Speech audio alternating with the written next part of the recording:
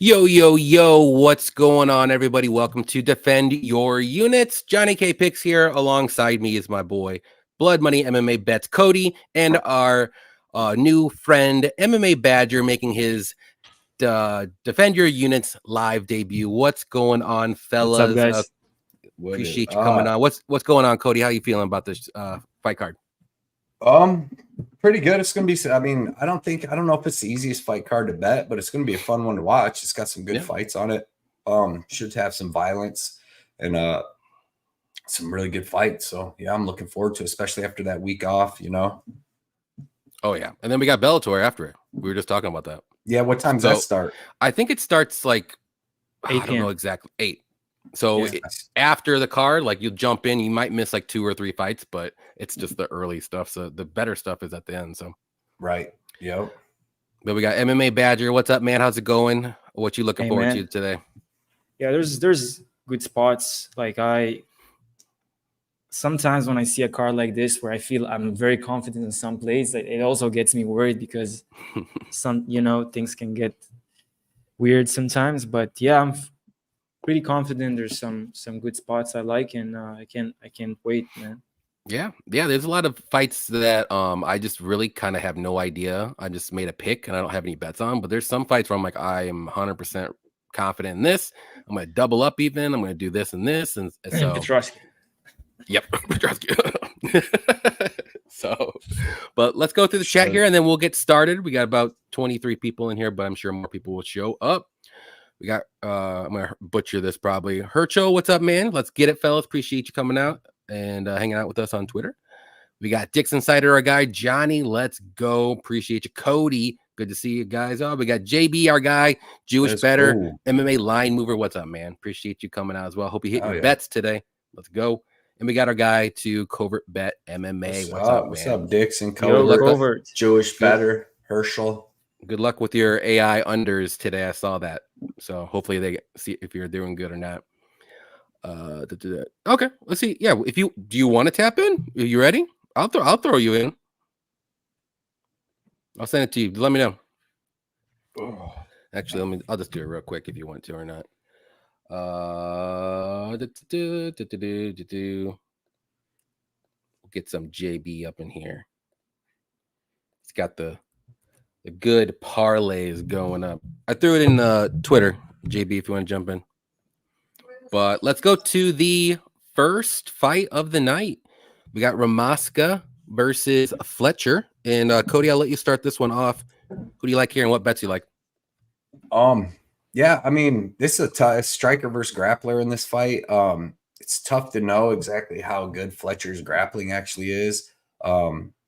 His striking's okay. He had decent boxing. He has decent wrestling. He's not like, D1 college wrestler, nothing. He's from England, but he's got decent wrestling and he's got pretty good jiu-jitsu when he gets on guys' backs. But Ramaska, I've seen him getting taken down by like lower level guys in some regional scene fights. Had a real tough fight on the Ultimate Fighter, but looked, he's dangerous on the feet.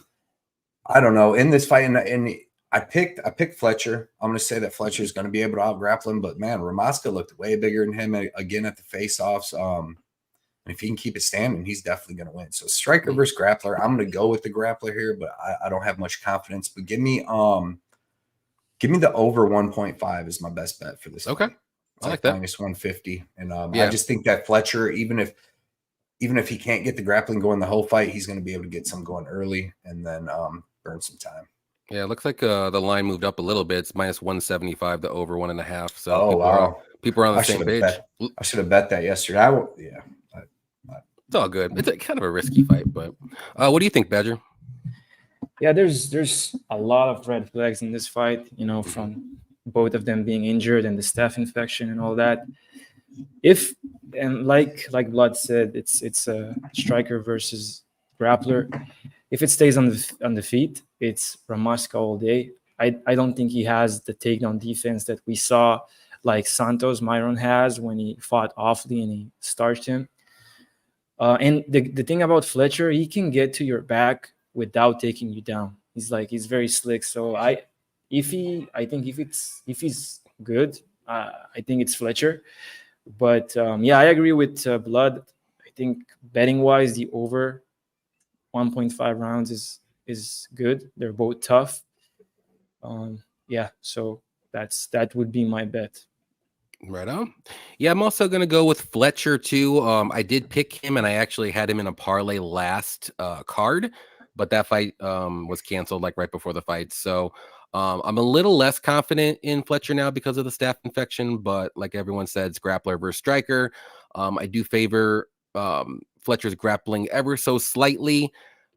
Just if Ramoska had a little bit better takedown defense, I probably would pick him. But with my pick, I'm going with Fletcher. But betting wise, I actually kind of like the fight doesn't go the distance, and that's at like minus 220 or 210, something along those lines. I do think one of these guys is going to get a finish. I think Ramoska can get a finish on the feet with the KO, or if Fletcher can get his grappling going, I do think he can get that sub maybe like in the second or third round. So I would look at that for maybe like a parlay piece if you're interested. But other than that, I like the over 1.5 too. I think it can sneak past the over 1.5, but I think that's about where I would stop from there. I don't like too much for this fight. Too many red flags for me. So unless you like the dog, I mean, he's plus 110. So let's see what everyone else says. We got Rem Dog in here. What's up, Rem Dog? Appreciate you stopping by. Alex, our guy. What's up, Alex? Appreciate you jumping on too. No love as well. Thanks for coming out. Damien, what's up, Damien? Let's win tonight. Let's go. They stole all my value after the rebook. Yep. There you go. That's what happens. That's how they get you. But next fight, it's going to be Andre Petroski versus Dylan Budka. And we all know what happened on the weigh-ins. Budka looked like crap. Over 3.5 pounds, I believe, or 2.5, if you want to say. But Badger, what do you like in this one? Yeah, I like Vodka. Sorry, I like Petroski. There you go. I was like, wait a minute. I think he can get to the submission here. We saw what he did to Fremd, and Fremd is a high-level jiu-jitsu guy. Like and he almost submitted him with that arm triangle. And then Vodka almost got slapped by the scale. So I think that Petroski will manage to get the submission. I don't see this fight going the distance. I like Petroski a lot. And I think the submission is the proper submission is a good value. I like it.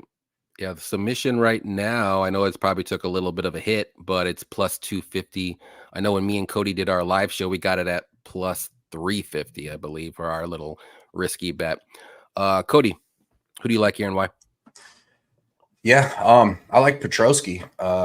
Even before the scales, he's better every single aspect of MMA. He's got a better wrestling pedigree. He's got a better jiu-jitsu pedigree. He's got better striking. Like, Budka's not really good at like fighting. I mean, he's a wrestler that just tries to hold guys down. I mean, even if you watch him fight like Wes Schultz and that. So I think Petroski's gonna front choke him. I think he's gonna do him like Maximov. Like, they're gonna have a decent little back and forth, and when Budka gets tired and takes a bad shot, he's gonna get choked out.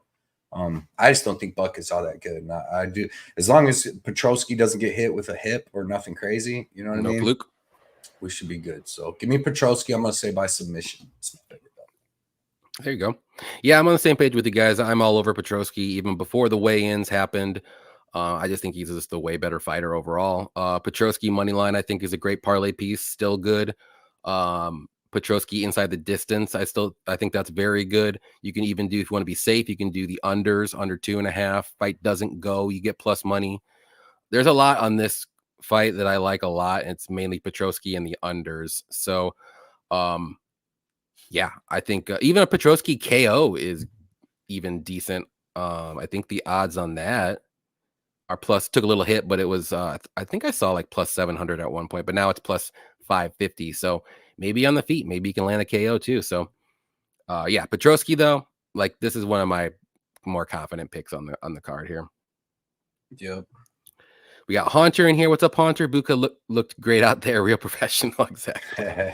Petroski via Anaconda. Yep. Anaconda or Darce. One of those I think it's going to be for sure. He's going to lock up that front choke. Maybe even a ninja choke. One of those kinds of chokes for sure. But next fight, we'll move on up to, it's going to be Jacqueline Amorim versus Vanessa Demopoulos. And I'll go ahead and start this one. Yeah, I'm picking Amorim because I have to. I know Demopoulos is everyone's darling, and even the judge's darling as well.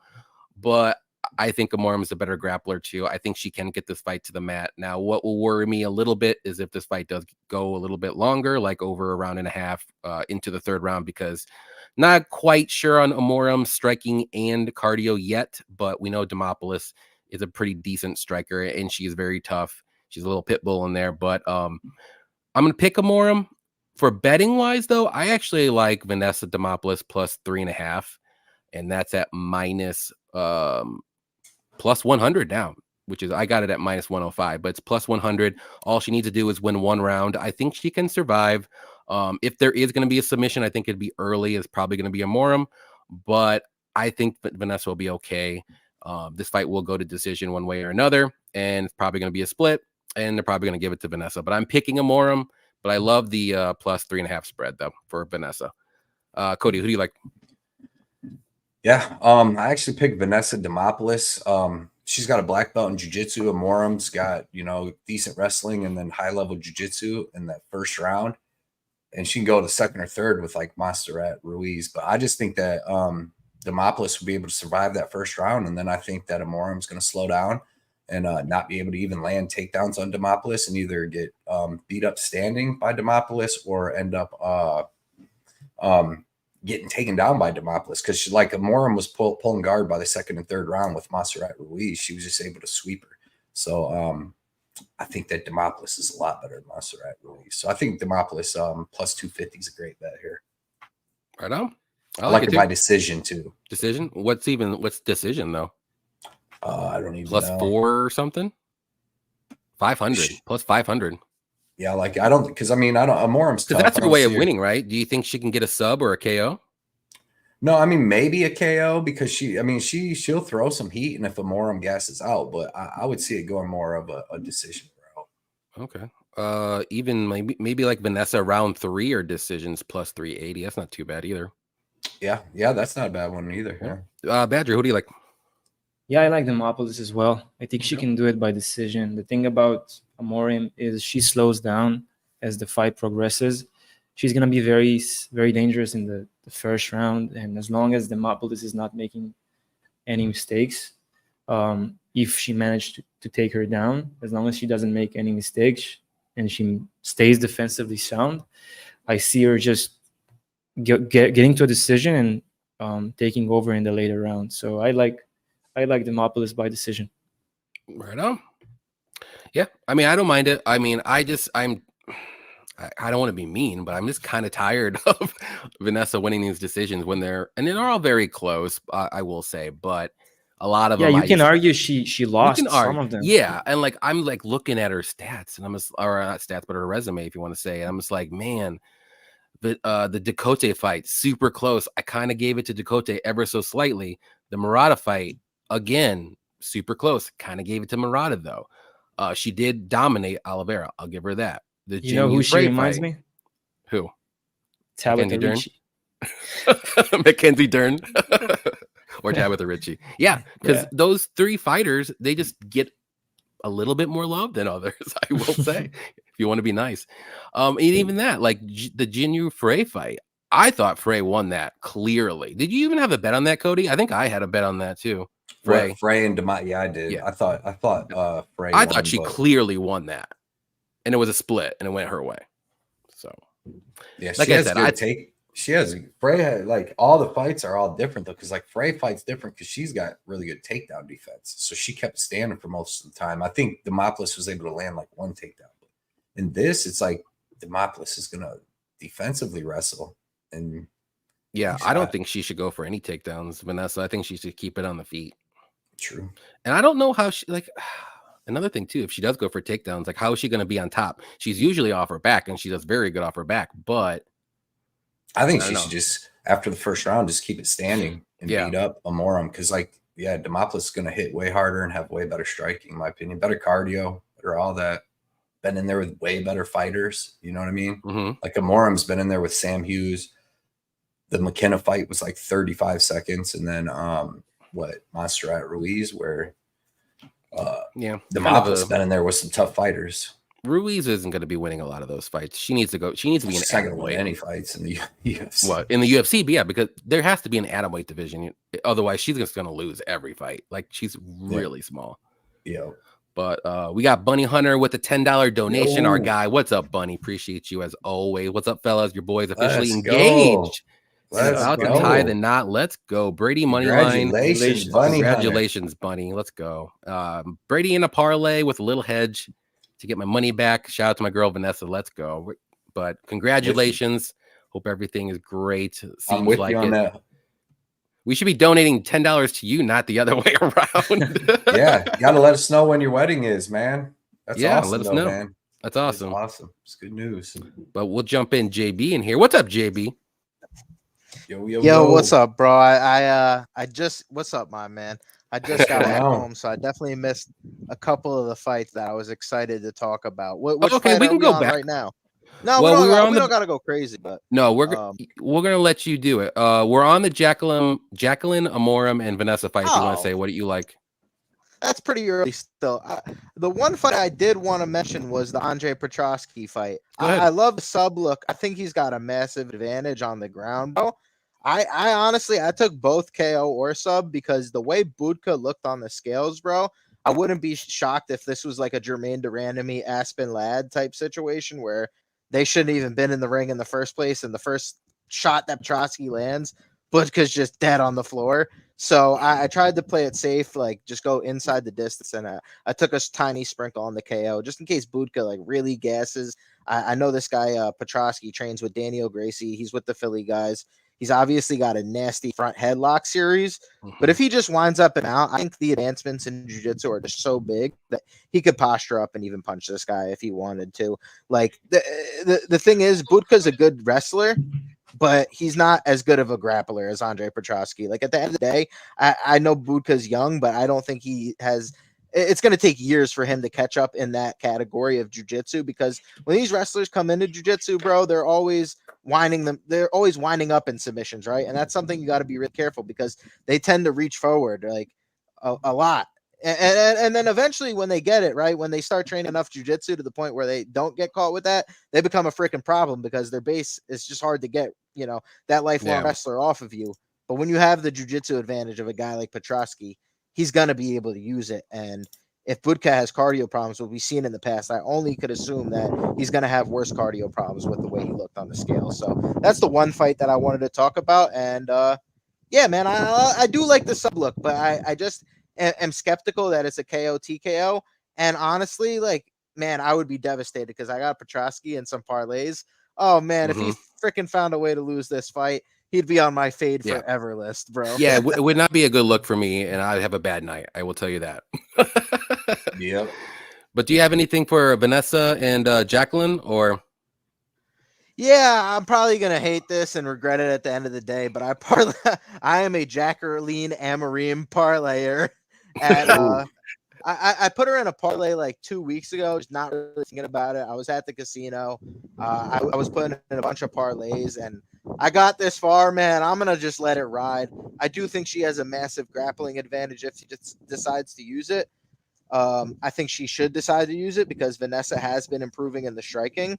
We genuinely have been seeing in the last few fights. It's weird for an old fighter to make improvements like that, but maybe it's the change of camp. Maybe it's her training partners. But she definitely looks more competent to stand up. I don't think she has the best cardio in the world, but Amorim did death gas versus Hughes, so that is something I want to watch out for. At the end of the day, I could just chalk that up to an adrenaline dump, but it's also a show me spot. I think at the end of the day, so anyone taking the shot on Vanessa Demopoulos, I'm not gonna like hate it at the end of the day, and I probably shouldn't even parlay at Amorim, but we're riding with her today. True. And that was her UFC debut against Sam Hughes too. So I'll give her a little bit of a slack. I've heard she's really like from the gym stories I've heard from ATD. I've heard she's really good. I've heard she's like good striking, amazing jiu-jitsu, obviously. So could have been just a bad performance. Yep. But we got Baby Sharpie in here. What's up, baby? He said, Petroria via manslaughter. I hope he has a good Petrosky. Okay, that's what he meant. Okay. Yes, for sure. Big W, Bunny Hunter W. Let's go. Congratulations again. Vulcan, what's up, man? Appreciate you coming out. Haunter has Vanessa by split. Don't blame you whatsoever at all. I think if that's probably what will happen. Yep. All right. So we're going to move on up to the next fight, which is going to be Gabriel Santos versus Yiza, or however you want to say that. Cody, Yiza. Who do you like? Yiza. Yeah, in this fight, man, I like Gabriel Santos. I mean, I think Gabriel Santos is going to be better everywhere. Yiza he's a Chinese wrestler. I heard a rumor on the street that you love Chinese wrestlers. Yeah, man, I do. Love betting against them, right? Especially when they're favorites, you know, because they're going to come in to get beat up by people because they've been beating up 1-7 guys when they're like 22-3.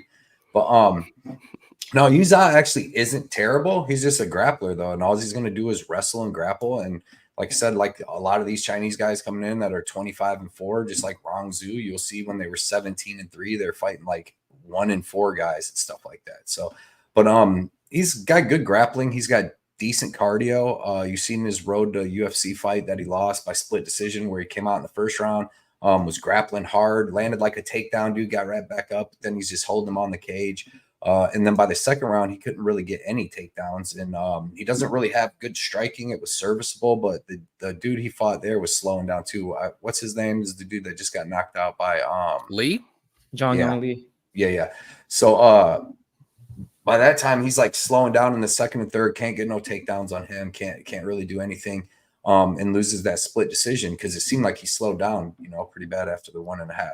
But against Gabriel Santos, I mean, we watched him on short notice out wrestle Lerone Murphy. We watched him land a bunch of takedowns on David Onamo, which, you know, Lerone Murphy and David Onamo are way levels above Yiza. So I think Gabriel Santos is going to have the better wrestling, the better jiu-jitsu, and the better Muay Thai. And I think that he's going to stop the wrestling after the first round. You know, like I don't think he'll come out and wrestle. I think that Yiza will have to, and he's going to stop that, hit him with some leg kicks, and eventually hit him with some big lefts and drop him. I think he's going to finish Yiza in that second or third round once Yiza's grappling doesn't work at all. Right on. You like any bets? I got Gabriel Santos. I just got him parlayed with Bulgarian under 1.5. But I love Santos here. I think he's one of the better plays on the card. Sweet. Badger, what do you like? Yeah, I like Santos. I think he's better everywhere, like Cody said. The thing about him, like when you look at his record, he got wins against Elves Brenner, who, by the way, I wasn't impressed at all in his last 2 fights for obvious reasons. But his fight against Lerone Murphy was closed. Against Unama, he was winning until he wasn't. But I think he can catch Yiza. The guy only wrestles, and even if he manages to take Santos down, he has nasty arm bars. And striking wise, it's like he's gonna destroy him. Like he can find him, he can get a knockout. I like Santos by finish, either by submission or knockout. I think he's gonna destroy Yiza. Yeah. All right. Right on. JB. You're on mute. There you go. My bad, dude. You're good. Does Yiza have the cheetah hair? That's my question. I don't think he does. He had a fade and stuff yesterday. I like that. He just did it. That was an L, bro. Automatically, him getting rid of that was an L there. I don't know what he was thinking. But I think Cody mentioned a good point about the level of competition. I think it's baked in the line, but I think it's super clear, and it's definitely something that's going to factor in here. Gabriel Santos, relatively in the UFC, has obviously been fighting the way higher level of competition. I think this is going to be a nice precursor to the next week's UFC main event in O'Malley versus Davalishvili. Davalishvili is going to be wrestling for dear life. He's going to be trying to push that cardio.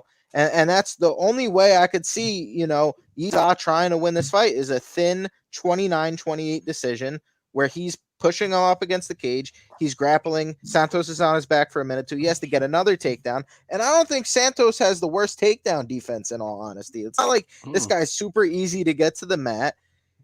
He's going to be hitting Yiza every time Yiza tries to enter. And then I think the length of Santos he could use to get back to the feet.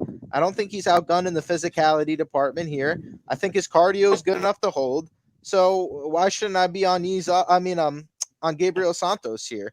I think all the way, I think he's the better fighter, like you guys said, and he's always going to have to come with his wrestling boots here, and I just don't see him being able to sustain that strategy for 15 minutes to actually get a win. His margins are just too thin. I could see Santos clipping him and getting the knockout. I could see Santos catching him in a rear naked choke. I could see Santos just piecing him apart for 15 minutes.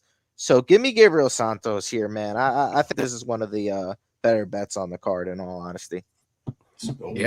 Yeah, I agree with everybody here. I am definitely on Santos. It's going to be a bad night if Santos loses for me again. But he arguably could have won the Murphy fight. Like, that was super close. And honestly, I thought he kind of won that fight. I had a Murphy bet. But I think he's better everywhere, like you guys said. I think he can get a knockout. I think he can get a submission. And I think he can win a decision pretty easily. So those are the types of fighters that you can see a clear path for any way possible. You want to just parlay that up. So yeah, I actually kind of like, if I had to choose like a little bit of a long shot, I like Santos by KO at plus 550. I think he can get him knocked out on the feet. So plus 550, I think that's a pretty good, take a little stab right there. Yeah. He dude, he's good. To come into your first 2 fights in the UFC on short notice and fight, Lerone Murphy and then fight David Onama, like already beat Elvis Brenner. Like this dude's ready. Yep. Rem Dog said, I like to thank brother JB for taking time to chat, even when it was fighting within a few hours. There you go. Yeah, I'll be ready by then. I'll shave the old noggin. We'll get ready. We'll get going. Ashmoose. And we got our guy Shady saying, look at these 2 spirits and a truck driver with the Buckies. Shout out Shady. What up, Shady? Appreciate you. Cobra said, let's go Petrosky. Let's go. We got SK in here. What's up, SK? Mighty Mouse retired from MMA. Now he can spend all his days playing video games and competing in jiu-jitsu. Yep. And go on, live shows and podcasts and all that stuff too. All right. Next one's going to be interesting here. Andre Lima versus Felipe Dos Santos. And JB, I'll let you start that one.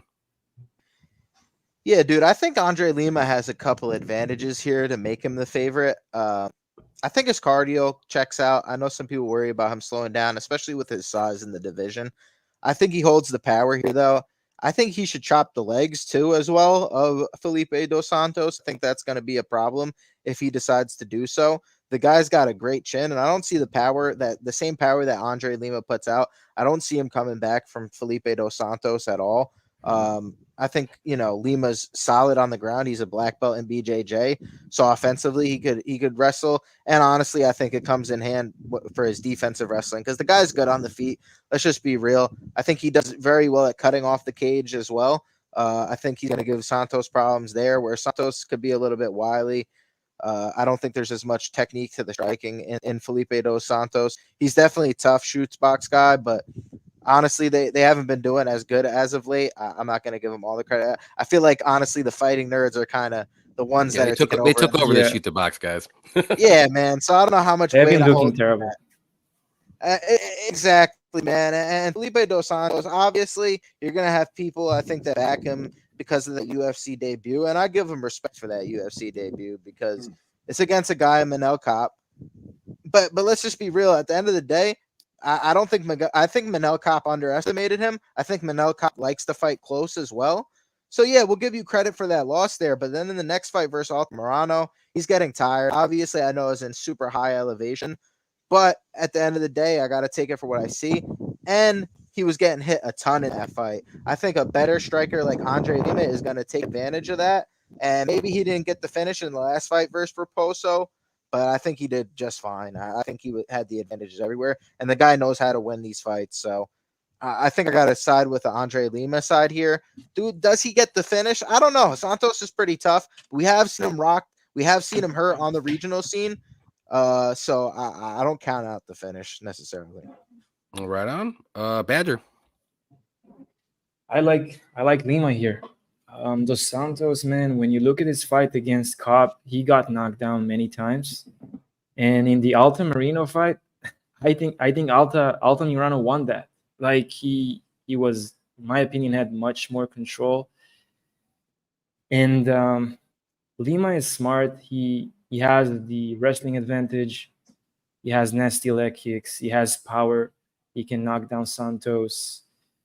And man, shooter box guys, even in the regional scene, they're not looking good. So yeah, give me Lima. I think he's the much better fighter, and I think he can get it done. I don't think he's gonna finish Santos because he's very tough, but I see him getting the decision win. Yeah, that's my pick. Right on. And Cody. Yeah, I actually like Dos Santos here. I like his size. I like his output. I like that. He's gonna have the grappling advantage, in my opinion. If anything, I don't know if it'll go to the ground, but I mean, I think if anybody's gonna initiate the grappling, it's gonna be him. Lima, I mean, he's got good kickboxing experience. He's got good leg kicks, but he's low output. And I mean, even against Igor Sereno, like he started slowing down. Like if that dude wouldn't have bit him, not only that, but the dude grabbed the cage, grabbed everything, cheated. You like almost said the 13 mother times. effer word. I'll say motherfucker. Ooh. But he Getting kept. We passed 5 minutes, baby. But yeah, man, like he's good, but to me, like watching all of his fights, even on the Contender Series, like he's low output, he's precise in what he does, but he doesn't throw out a ton of volume. He does have the good leg kick. I don't like his hands as much as he throws good elbows, but I don't like his boxing as much as I like all of his kicks. But Dos Santos, man, is throwing like crazy. Like the fight against Altamirano won't have anything to do with this because Altamirano came out at 8,500 feet and then just grappled for the whole time and just tried to wrestle. Like anytime they were standing, like Dos Santos was landing good shots. But even in the grappling, he had good scrambles, good get up, and they both got tired, and it became a sloppy fight. But you see when it just stays a stand-up fight against Manal Cape, what he can do. And Manal Cape is a better striker than Lima from what I've seen so far. You know what I mean? Against high-level fighters. Like Lima does have good striking, but we haven't seen him go up against a ton of high-level strikers yet to see how good it really is. I mean, Mitch Raposo, the dude he beat up on the contender series, I didn't think was all that great. But yeah, I just think as an underdog here, like I like Dos Santos' reach. I like the fact that he's constantly throwing stuff with both hands, both legs. I think that he can throw a lot of volume here. He hurt Kopp a couple times on the feet. He got hurt, but like in that fight, I don't see how you can watch him fight Manal Kopp like that and not think that he won't have a chance against Lima. You know what I mean? I can't say Lima's a better striker than Kopp at this point. So give me I like Dos Santos as a dog. I do. I think that he can throw more volume. I think that he's got better cardio as long as he's not at 8,500 feet grappling. I just think he can land big shots too. Like I said, he hurt Kopp at least twice in that fight. So we'll see. It's a good fight. I did bet Dos Santos at plus 150 though, because I think it started at a pick'em, and I think this fight should be like a pick'em. Yeah. Brazilian dude's gonna throw down. Yeah, I agree. I think this fight's going to be really close, and this is one of the closer fights probably on the card, and a good fight too. I just ever so slightly lean Dos Santos as well. I just think he's going to have the grappling edge, like you said, Cody. I think if it does get to the mat, and if not, it's going to be a super close striking fight. And what I just like from Dos Santos is he's going to be the one pushing forward. Like, I don't think Lima's going to be the one pushing forward, and Dos Santos is durable. He can get hit a lot, but he, like JB said, he's super tough. I don't think there's going to be a knockout in this fight one way or another. It's just, I just think Dos Santos is going to land a little bit more volume. And, if he doesn't get dropped, I think he can win just a very close decision. But I'm not saying Lima, is a scrub or anything like that, but this fight's going to be close. Yeah, this fight's going to be close. I wouldn't be shocked. I also want to add something. I said that Lima is the better grappler. I want to correct myself. I think that Lima has the better wrestling, maybe defensive wrestling. I think he will manage to stay on the feet, but he has good takedown defense. When it comes to jiu-jitsu, yeah, Dos Santos definitely should have the advantage here. And Lima's a black belt, but he just more uses it defensively. But it's going to be a great fight. Definitely a legit black belt. This is a banger, bro, for sure. Like for Lima to be minus 200 though, like I don't see him just like. He's not. He's minus 160, I think, right now. Oh yeah. When I bet Dos Santos at plus 150, plus 150. But it's like you did your job. Yeah, I just think it's going to be a good close fight. I just don't see because like Lima just like I don't see him knocking out Dos Santos, and he doesn't throw so much volume that he just pull away every single round. Like, all right, yeah, he dominates. So and like even against Raposo, like shouldn't have been no split decision. Like Lima clearly won it, but he just you know what I mean. He could have did a lot more in that fight to like do some damage, to do something. But this should be one of the better fights on the card for sure, though. Yeah, we'll see. Like I said, Very close fight. I would if both either guy like by decision. Like I think that's a good play. Or the over for a parlay piece, over 1.5 for a super safe parlay piece. Like I like that. Even Like, Dos what is Santos. that? Like minus 400, 500. Yeah, now it is. I got it super early at like minus 400, but you know that's how I roll. Now it's minus 450. Dude, I had the under too. It was terrible watching it back. Like the under in the Cop versus Dos Santos that fight. I had the under in that, dude. I don't know how that didn't go under. Cop hurt him like 3-4 times. He hurt Cop a couple times, and they were both just throwing like everything. Like that was a good fight, dude. To go back to watch, but for sure. My under. Hunter says Lima rolls. All right, Dos Santos been overrated like crazy. We got AJ in here. What's up, AJ? Goats, appreciate you coming out. What up, AJ? Shady said he did the Johnny parlay of Petrosky and Durden. I like it. I don't mind it. Finally here for some live blood money. There we go. We got AJ. We got Jesse in here. What's up, Jesse? Appreciate you coming out. We got Matt in here. Blood, you came back from a gold tournament or something? The golf tournament. Got the polo shirt on. I wish. It's nice out, dude. Today's like the nicest day ever, dude. It's like 75. It's freezing where I'm at. It's like 60. It's a little. Yeah, it's nice here. It was a little rainy earlier too, but we got a chromatic. What's up, man? Lima better everywhere. Okay. Maybe it's a super close fight. I always like taking Muay Thai guys over kickboxers, though. Even though I think Lima does have some Muay Thai, but he's got like professional kickboxing fights. MMA clips. What's up, man? I like Lima money line and over 2.5. I don't mind that at all. Yeah. And no love is Petrosky a lock. I don't like to say the L word, but I'm very confident. I thought he was even before the weigh and stuff. I know. Even now, I'm like even more confident. Yeah, but we'll see. I mean, people missing weight lately have been weird. So they even made the fight like rough. Petrosky's like 39th in the world, and what's his name's like 169th in the world. Like it's a weird fight. They've made.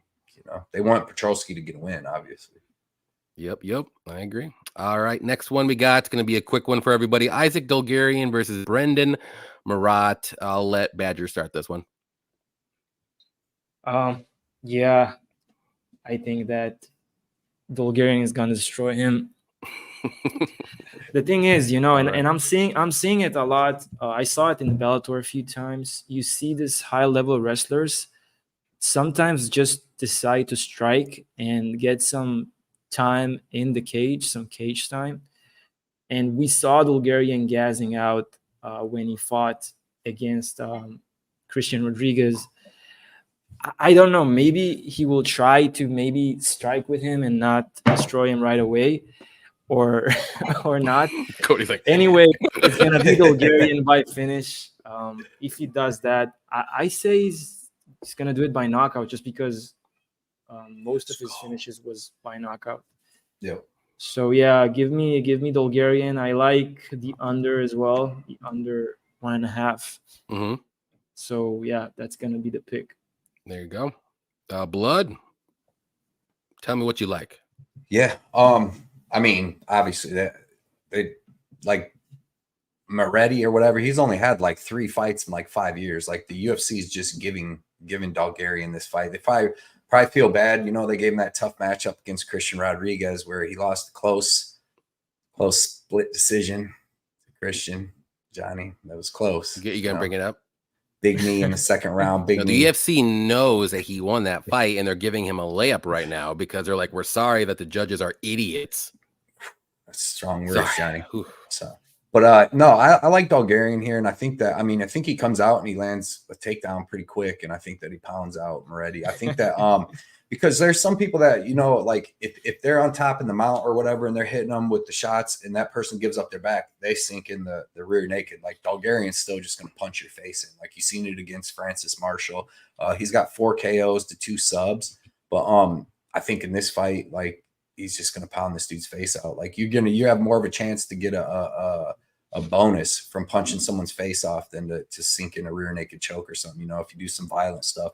So I think that's what he's going to do. And I think he's going to take him down. And like, if you see Dolgarian fight, like man, he hits so hard. His ground and pound sick. Everything that he does is trying to hurt you and finish you. So I think that I think he either crucifixes Moretti or gets him an amount and just hits him with them elbows like he did to Marshall and finishes this first round TKO. And I bet that too at -115 because I do think that, you know, he's just going to pick the TKO over the submission. There you go. JB? Yeah, I could even see him getting to the back, flattening him out, getting these wrist rides. He's vicious on top as well.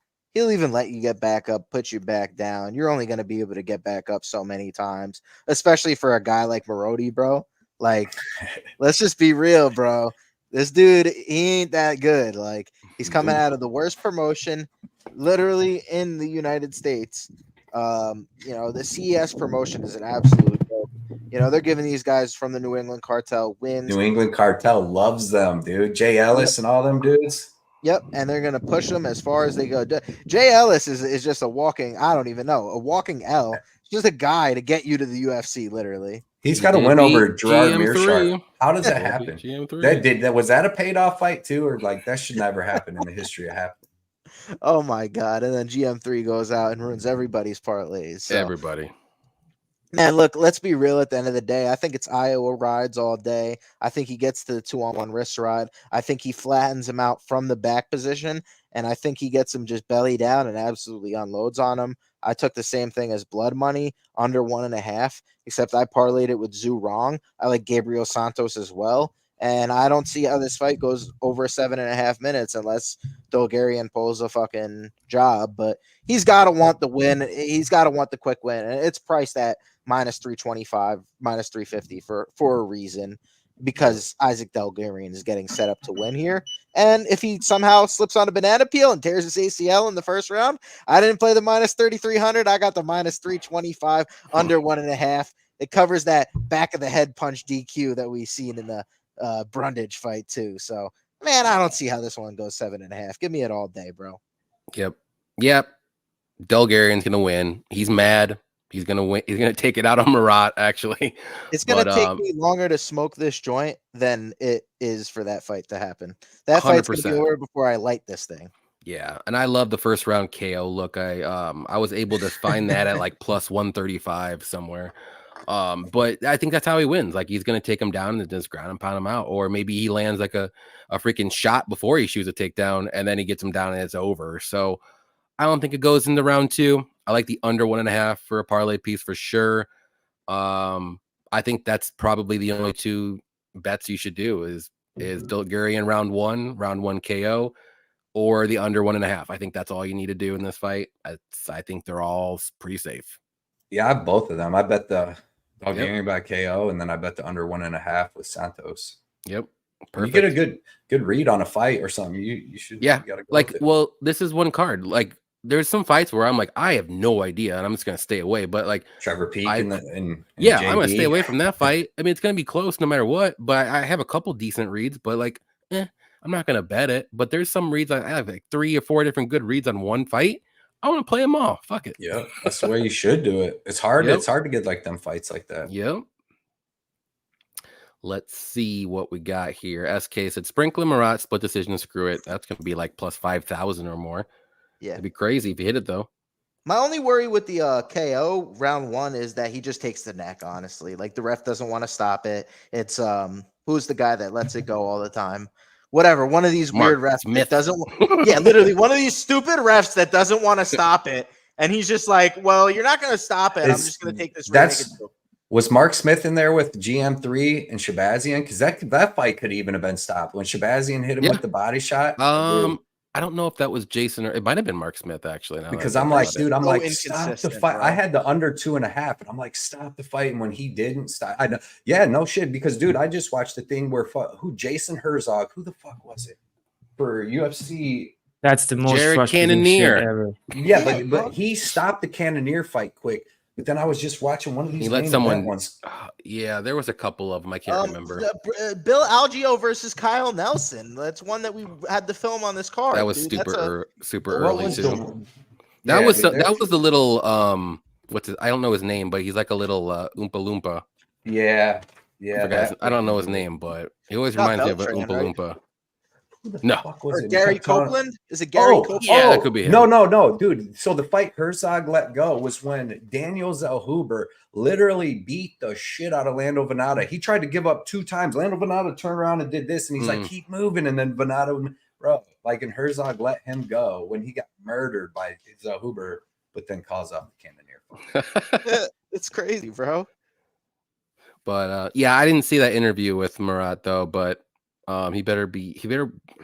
Oof, you're gonna give him more ammunition? I wouldn't. That guy's crazy. I was shocked that Bulgarian actually had two pretty good rounds of cardio. I thought he would be dead after 1, but he actually had 2 pretty good rounds, and most guys aren't gonna have as good a get up game and survival game as C-Rod. Well, he went like 120% in round 1 against C-Rod, and That's what he clearly does, got to 10-8, which I totally get.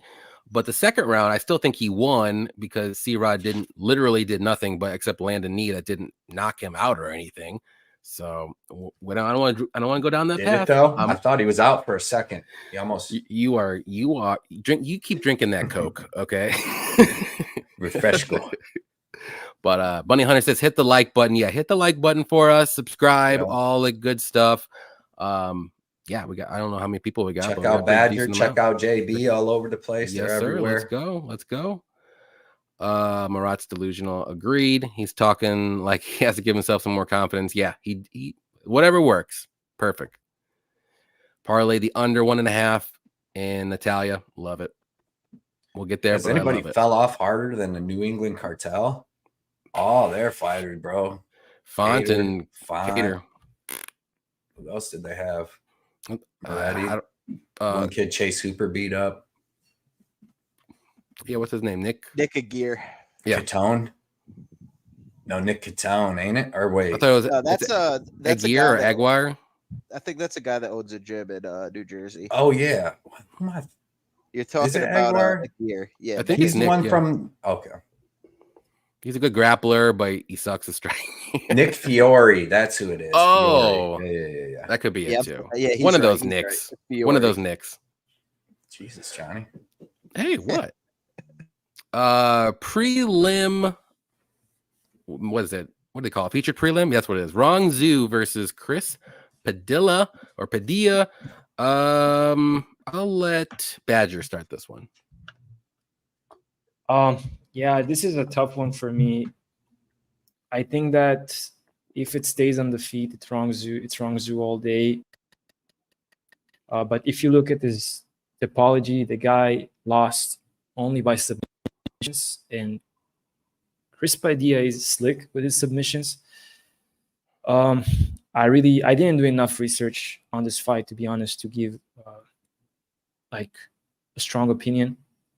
I'll say that Rong Zhu. I'll take Rong Zhu, just because he has more experience. He fought the better competition, and man, like when you look at the fight that Padilla had with the Peruvian, he didn't defend his neck. It's like white belt jiu-jitsu level of defense. So yeah, I don't think that Rong Zhu is that bad in his grappling. So yeah, I'll pick Rong Zhu. Right on. JB. Yeah, I think Yod Top just sucks, to be honest with you. Like at grappling, I don't think he's a grappling zero at the end of the day. And I think that was one of your perfect situations where you just got a guy in Chris Padilla who had the path of the round 1 sub. He came out there and he got it done. Like, it is what it is at the end of the day. Does that make him a great fighter? No, I think he was a short notice signing from the UFC. I don't know if this was a guy they necessarily even really had their eye on. And he's got losses in his career as well via submission. So is he the biggest grappling ace when he's getting submitted by Nate Andrews, it was? And there was another sub loss on his record that definitely didn't look good as well. So I watched those fights back, and eventually he just seems to die down during the later the fight goes. I think Rong Zhu has great cardio. If you watch one of his last Road to UFC fights, it's the one where he got the submission. I actually bet Rong Zhu round 3 and round 3 TKO, and I'm so upset I didn't take the submission because it was just one of those spots where you knew the other guy was going to be shooting a ton of takedowns, and now the number's plus 550 on Rong Zhu's submission. The cat's out of the bag. The guy will take the sub if you give it to him, if you gas out against him, but the cardio advantage is there for Rong Zhu. I think his grappling is legit, And I think this is a guy that they brought back to the UFC for a reason, right? Chris Padilla is a short notice signing. Rong Zhu, they said, go out there, go back, get yourself a couple wins. We'll bring you back through the road to UFC. We're going to get you back in here because it's just any way they could get these Asian fighters that they like, that have some smidgen of talent. We need to get them in the UFC, and we need to give them winnable matchups now. And I think they're starting to realize that, because this is a market that they are trying to build. This is a market where I think Rong Zhu is a promotable fighter for them as well. You know, he comes in there with the Jordans. He's got the pink hair. I got to go with Rong Zhu here. I think he's the overall better fighter. I think he's fought the way better competition. I know you could say the Chinese competition, oh, it's not that great, but he's actually earned his way back into the UFC. Whereas, you know, Padilla, he got into the UFC, he definitely earned his way with a win, but like I think that's recency bias. You're getting a guy that's just really not UFC level, but he has also got a win now. So he should Rong Zhu should really be minus 400 here, minus 500, and now you're getting him minus 250. I think that's a great line. Right on, Cody. Yeah, I'm with what JB and Badger said, man. Padilla goes hard in the first round in most of his fights, and then he slows down and tapers off in the second and third round. The Nate Andrews loss is terrible because Nate Andrews was like 37 when he got him, and then he also has another loss to the other dude that's like 37, which was another terrible loss. It was a split decision. What's the dude's name? It's not good. For Padilla? No, for Padilla, whatever. Darren Smith Jr. Yeah, Darren. He lost a split decision to him, and that dude's 37 years old, and he's not good at all. He's a slow, stiff striker, and Padilla hurt him in the first round, couldn't get him out of there, and then just slowed down and starts getting like beat up by like a slow, bad fighter, you know, and that was just a couple years ago. But he did take advantage of on top and was able to get that submission. But here, it's like JB said, all that stuff about them bringing back Rong Zhu, because he was only like 21 years old his first run in the UFC. You know, he's a young kid, and he had some decent fights. I mean, Rodrigo Vargas ain't the best fight, but still, that dude had a ton of experience, you know, to a 21-year-old kid, and like he already had UFC experience. So I think Rong Zhu definitely outstrikes him. I think he's got better cardio, and I think he survives on the ground. So give me Rong Zhu, and if he doesn't, I would say a later TKO, because Padilla might try to wrestle a lot early on, but give me Rong Zhu, third round finish. That's what I like the best. Yep. Yeah, this is a tough one for me. I do favor Rong Zhu. I like his striking. I think he's got way more power on the feet. I think he can get a knockout. It just, what if Padilla can get him down early and maybe get another, you know, submission early? That's the only way I can kind of see him winning. But I think Rong Zhu should be able to survive that and later on get a knockout like in the second or third round. So going with Rong Zhu. I don't have any bets in this fight. I'm just going to stay away. But I like a lot bigger too at weigh-ins. Yeah, for sure. And, you know, like he wasn't really that bad. He was just super young in his first stint in the UFC. Like he wasn't really that bad. Like no, for a 21-year-old, Bahamandez is a tough fight, dude. And it was a fun fight until he got choked out in the third. But, you know, he fought some good guys, and now he's, you know, a little bit older, probably worked on some things. So I want to see him in this fight before I start betting him, but I do think he wins probably by knockout late. But I actually, if I'd bet one thing, which I was kind of looking at, but I just didn't get around to, it would be the fight doesn't go the distance on this one, minus 210. I think it's a decent parlay piece, but I'm just not there on this one. But I think one of these guys is going to get a finish for sure. But I just think it's going to be Rong Zhu. Yeah, I think the knockout is likely, but I also watching that Road to UFC fight where he did get the sub, and I have PTSD. And we know, like, Rong Zhu, if we know, then that, you know, Padilla's path, you would say, is like a round one sub, right? He's going to try and grapple. He's going to try and get Rong Zhu and get to his back. I don't think, you know, I think that Rong Zhu is going to know that. And I think he's going to be able to stuff those takedowns. And then what happens when a guy that wants to get the fight to the ground can't get the fight to the ground and gets really tired? You know, they give up. So we've seen it time and time again. And like, let's look at the record of Chris Padilla. How many knockout losses does he have? If you don't mind, I think like one or two, but let me look. I believe he has one knockout loss and two submissions. Two subs. Yeah. So let's look at, like, how is this guy getting finished? He's getting outed on the mat by guys who are worse than Rong Zhu, right? Yeah, let's just 100%. Say that. And then let's look at the pricing, right? What Rong Zhu by sub is what, plus 550? I remember seeing it at. Whereas Look before, it was plus 1,000. We were getting these numbers at. Yeah. Well, because he got the sub maybe on the road to UFC, or is it because this guy Padilla is the type of fighter that when you get tired in those later rounds, Rongzhu is going to start to get you. So I actually like the rounds 2, rounds 3 for Rongzhu because I think Padilla does get tired. And like at the end of the day, who's to say he can't just sub him, bro? Like, Yeah. Padilla is not that great on the mat if he's on the one that's on the defensive. So we'll see.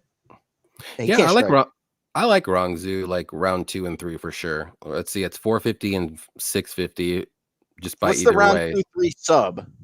2-3 sub. I have to go to FanDuel on that bad boy. Yeah. I'm actually interested in that because I'll be real with you. Like now talking about it out loud, I'm starting to understand why the price is where it's at. And I think price could be very telling sometimes in MMA because I don't think anybody's looking at the Rongzhu sub. 1,300. They're smart. They're smart. I honestly think There's a shot. The longer this fight goes, that Rongzhu isn't prejudiced. He will take a rear naked choke, or he will look to just punch you. And like I said, with these refs, man, they don't want to stop it. They ain't gonna stop it. So we'll see. Round 2-3 KO is plus 360. So it could be. I'd rather just take the 2-3 at that point. Yeah, why not? SK said he's got Padilla money line. I mean, I don't hate it. It could happen. You never know. I hate it. Step away from the joint, JB. The UFC specifically told Real Fight Picks that they are trying to build up Padilla. Okay, buddy. That's our guy, Real. He's just messing. He's I know him. He's all right, cool. Yeah, I know he's messing with me. There you go. Happy fight day, gentlemen. What's up, Nick? Appreciate Let's go. All right, next one is going to be the main card opener of this crazy fight of Trevor Peek versus JB's man, Yanal Ashmouz. Did I say that right? No, you didn't say it right. It's what me. did I say? I am. Oh, it's JB. Oh, you're fighting. Yeah, dude. And I gotta leave in like 20 minutes. I gotta leave in like an you hour. Go, bro. I'll be shaving my head, dog, and I will be out there. You'll see. You lightweight though? What's up? Are you a lightweight? Yeah, dog, lightweight, bro. Light heavyweight. Yeah, literally. Oh man, that's good. I could have been lightweight since high school. I'll go ahead and start this one. Yeah, this is a very, very tough fight for me to predict. Both these guys, Trevor Peek's wild, crazy guy. He's trying to show off a little bit of his well-rounded game, if you want to say. Last fight against at least what's his name? He's not even that good. Yaya. He tried to get some takedowns going and stuff like that, but he's not going to get finished. Like, this guy's super durable, but he's like super aggressive, always early in the fight, and then he has enough cardio to survive because I just think his body's like, I'm not giving up no matter what. And then Ashmouz, though, I mean, he's pretty good everywhere too. He's got good striking. He's got good power in his hands, good wrestling too. He's a little bit more technical than Trevor Peek, but that guy's super tough too. He broke his arm in his last fight. He continued. He didn't get knocked out or anything by Chris Duncan. So I actually, my pick is ever so slightly, and it's probably going to be wrong, but I'm picking Peek. I'm just going to ride with him. No bets on this fight. The only one that I would like to do is the fight goes the distance. I think both these guys are super durable. It's going to be a crazy first round. And after that, it's going to be a little bit slower paced, a little bit sloppier. I think both guys are crazy durable and crazy tough, that no one's going to finish one another. And, it's going to go to decision, and whoever wins it. So, but give me Peek as a pick, but I don't have a bet on this fight, but I kept looking at the fight goes a distance, and I just can't pull a trigger, but I think that's what happens in this one. Badger, what do you like? Yeah, so I like Ashmouz here. I think he's the more technical striker, and when it comes to the wrestling, the guy is a beast. Like, he's he's a Circassian, I think that's how you spell it. And those dudes are like genetic fighter breed from the mountains, are like kind of like the Dagestani people. Okay. And when you look at, like, betting wise, when you look at Peek and Ashmouz, both are very tough. So I agree. Like, I think that the best betting perspective would be the over. I'm not seeing Peak finishing him. The guy couldn't finish Yaya, and Yaya is terrible, with all due respect. Ashmus, when he fought against Chris Duncan, he broke his hand, and Duncan has power.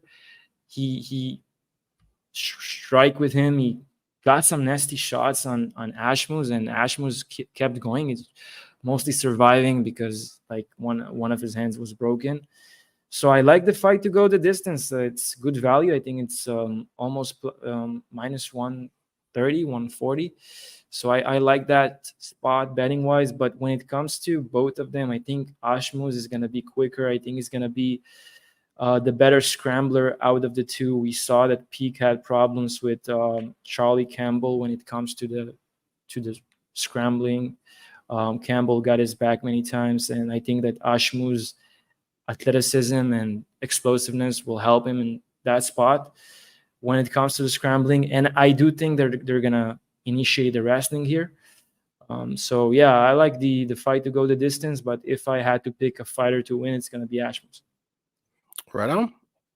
JB, should we even ask who you like here, or? I don't hate it. Like, I'll be honest at the end of the day. I don't really lean either guy on this fight. If I had to pick, I would say the UFC is probably trying to push Trevor Peak.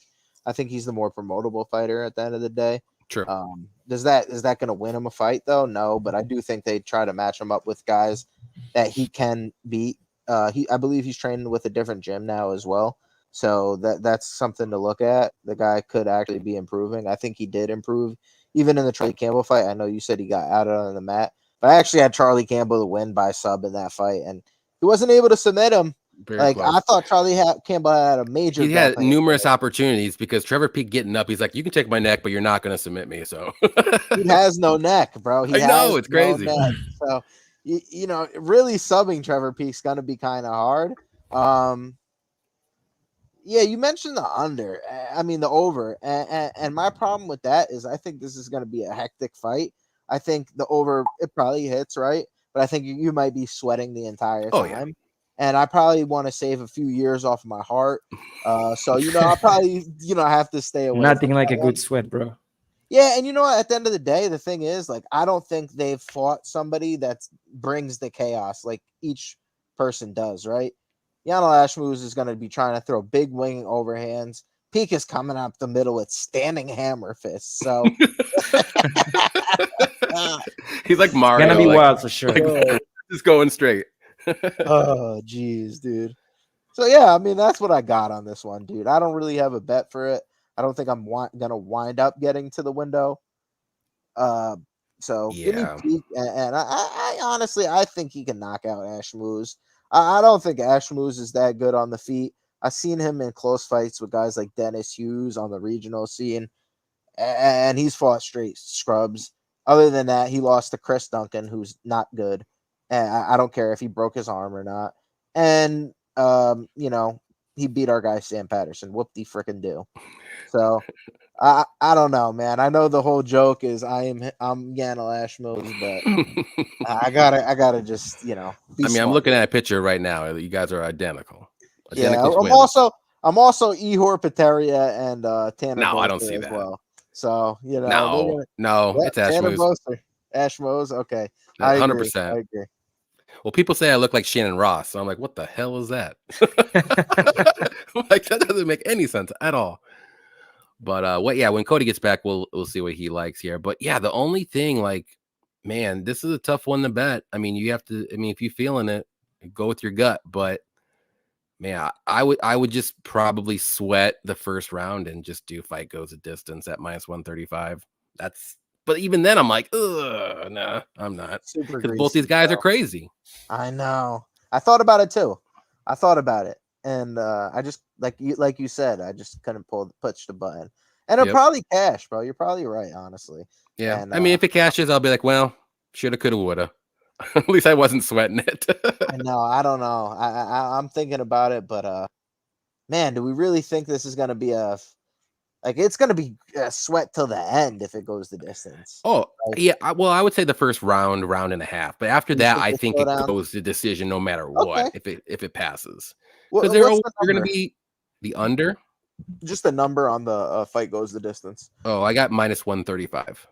Oh, so the books are favoring it to go the distance. So Yeah. you're probably right. Honestly, I don't think I could get to it at that number, Well, man. but also what worries me too, it's the main card opener, and I always feel like the UFC puts the fights that they think there's going to be a finish or a crazy fun fight in the first one just to get That's the sharp. night going. I So think that it's gonna always be worries me too. I think it's gonna be similar to the fight Peak had with Mariscal. Like it was a crazy fight. Dude, that was from crazy. beginning The to whole end. whole way.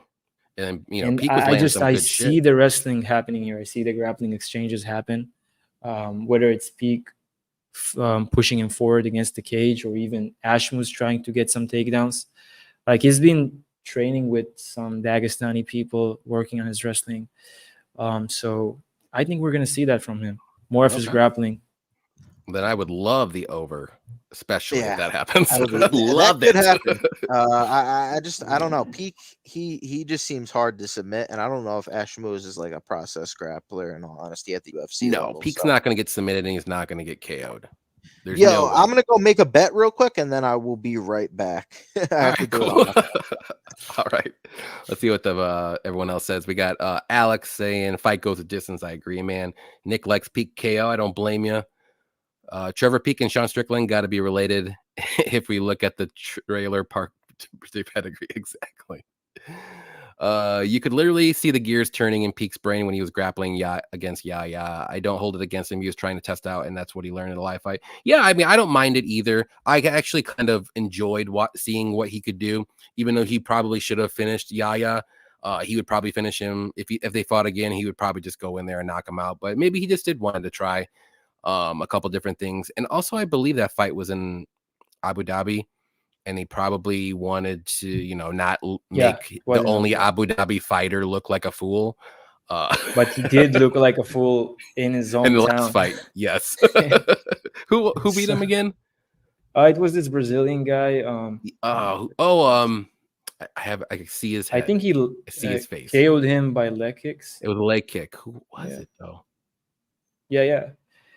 I want to say it was Krzyzewski, but it wasn't him. It was some other guy. I'll think of it later. But we'll move on up to the next one while these guys are doing whatever they're doing. Yeah, he fought Kai Fernandez.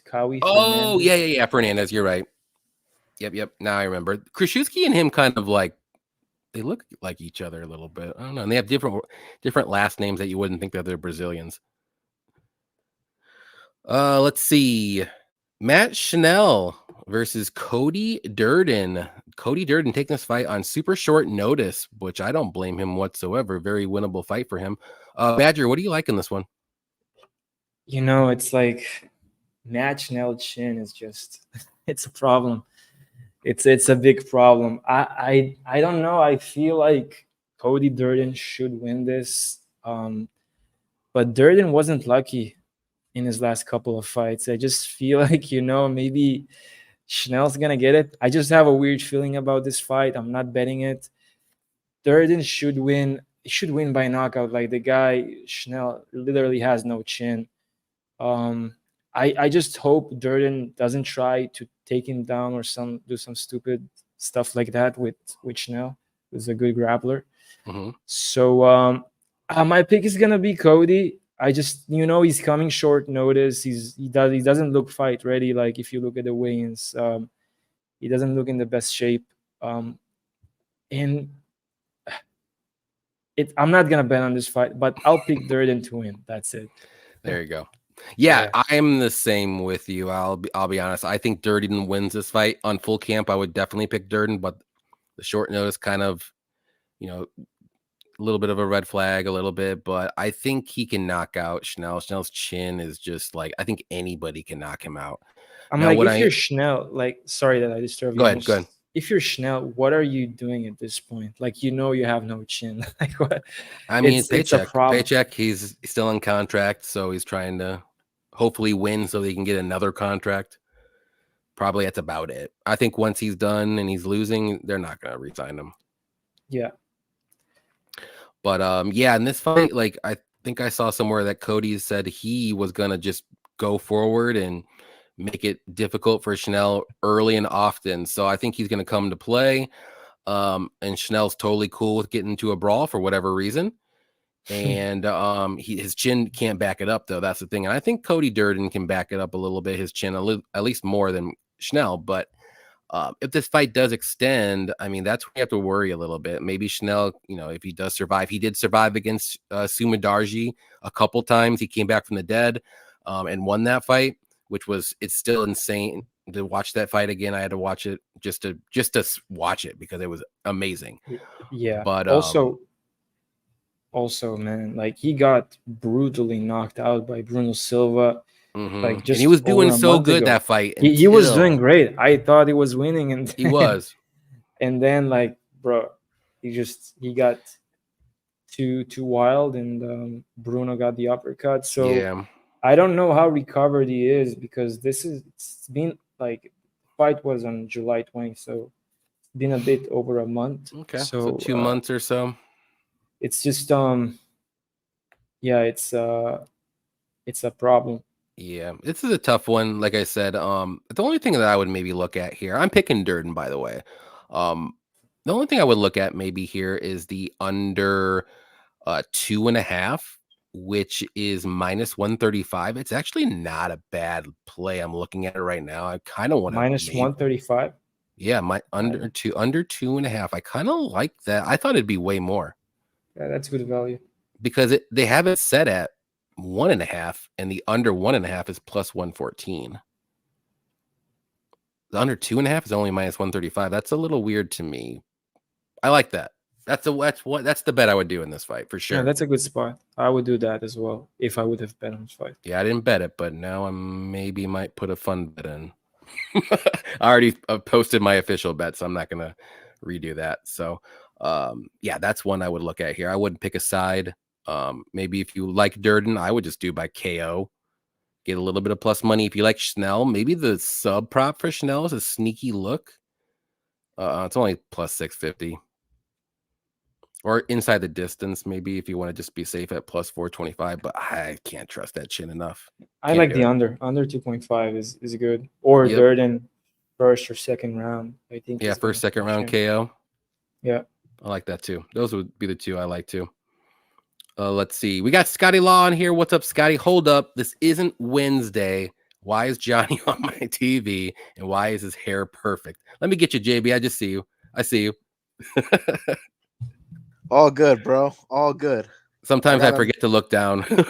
Oh, you're good, bro. I wasn't even there that long. I'm just talking, and I'm just like, blah, blah, blah, blah. I bet the wrong Zoo 2-3 sub. So we talked about that. 1,300. You got it? I got it. Well, I took both rounds instead of the combo. Oh, okay. You probably should have just took the combo, but in case it happens in round 3, I got a little extra chicken. There you go. So what do you like in the Durden Schnell fight? I'll be right back. So is this the third fight now on that? Because actually the main card opener. Are you sure the main card opener isn't Wrong Zoo versus I'm just going off of Tapology. Okay, yeah, because I saw on FanDuel they had it listed as a main card, so it wasn't. Okay, they might have switched it around. You're probably right. Okay, so we're on Schnell and Durden. I'll be right back. I think this is a weird one. You guys might call me crazy, but I think this fight could be similar to the Rogerio Bontarin fight. I think it could actually sneakily go to decision. It's a flyweight fight that's at 135. I think that possibly could help out Schnell's chin. I do see like how Durden could get to a knockout here, but I also see wrestling happening in this fight. I see it possible where Durden slows down since he's on a short notice, and it's just one of those fights where I think everyone's expecting not to go the distance. So if I was to look for a sneaky way to actually play this fight, it might be fight goes, but I can't really trust this chin of Matt Schnell at the end of the day, right? So the likely outcome probably is going to be Durden by knockout, but it's a weird short notice fight for him. These short notice fights, they get added late to the card. I obviously get less time to process, my thoughts on them. And To me, it's just a sketchy fight, man. Honestly, at the end of the day, I can't trust Durden at this price coming off such a bad knockout loss as of recently. I don't think he actually took the time. If he's coming in here underestimating Schnell, could be a problem. At the end of the day, 34 years old, flyweight, obviously on the decline. But look at the guys he's losing to, right? Super high level. So last time we saw this guy, Durden, 135, it's not his best weight class. And obviously he's going up against another 125 here, but maybe the dynamic is Schnell gets a little bit better chin. He doesn't get hurt as bad at 135, but I won't pay to find out. I'll tell you that much. So my money's staying far away from this one at the end of the day, and that's where I'm at. Right on. I don't know if you were here and you heard us, but we were kind of talking about the under 2.5 in this spot at -135. What do you think about that? So I was saying I actually think Durden KO is the most likely, but I don't trust it because I think Durden could slow down. I think Schnell's chin could possibly be better at 135. True. And the only reason I say Durden could slow down is because we've seen it happen before. I think he'll start to wrestle. I think Schnell, could get back to the feet. I don't think he subs Durden necessarily unless Durden really gasses. So if Hadley couldn't sub him in that one fight, I can't see anybody subbing Durden. I know, that was insane. Dude. I mean, Schnell's got a nice triangle choke, but I think Durden is aware of it. I really think Durden would have to gas bad. But even if he gasses bad, I think he has chances in this fight. It's a weird fight for me. Just the fact of it being at 135, the fact of Durden taking on a super short notice, coming off such a bad knockout loss, he might just play it safe himself because he just got knocked out so bad. And he just needs a win. And everybody's expecting this fight not to go the distance. And it's really just two flyweights at 135. So, like I said, likely Durden KO. I don't want anything to do with it, man. No. Right on. Let's go through the chat here. Let me find it. There we go. Scott says he was winning versus Silva till he wasn't. Yes, exactly. But I don't know where blood money is at. He's taking his time. Maybe he's all good. Yeah, right. I was gonna say that's very likely. Highly. He's like, I'll be right back. And it's like, there he is. No way. Look at you. Look at you. This came. You heard me. You were just creeping in the shadows. I had to get up, dude. My stomach's starting to kill me. I had to get up. Walk around. I thought he was pooping. That's what I said. No. It's just throbbing. I get up just from sitting up in this chair, and I got a new chair that don't lean forward. So, what I had surgery about 18 hours ago. So. That's true. Yeah. How you feeling, bro? Good. To be honest, like the first day was fine, but you're still on their medicine. And yesterday was all right. Today's been the worst day. Like today, my stomach hurts the worst of all of them. But it's all right. Hopefully, you don't ever have to have that shit again, bro. No, it's my third one too. I know, dude. That's enough, bro. No more, bro. Doctor said I'm a damn tripod. Can't help it. So what was that supposed to mean? I said, what's that supposed to mean? I don't know what that means either. Do you remember what fight you left off on? The last one was Rong Zhu and then. So we got Trevor Peak. You can go ahead and go for that one. Yep. So this is yep. So super tough fight because both these dudes are super tough. I was actually expecting Trevor Peak to be a little bigger than Ashmuth, but he wasn't. They're pretty much the same height and stuff.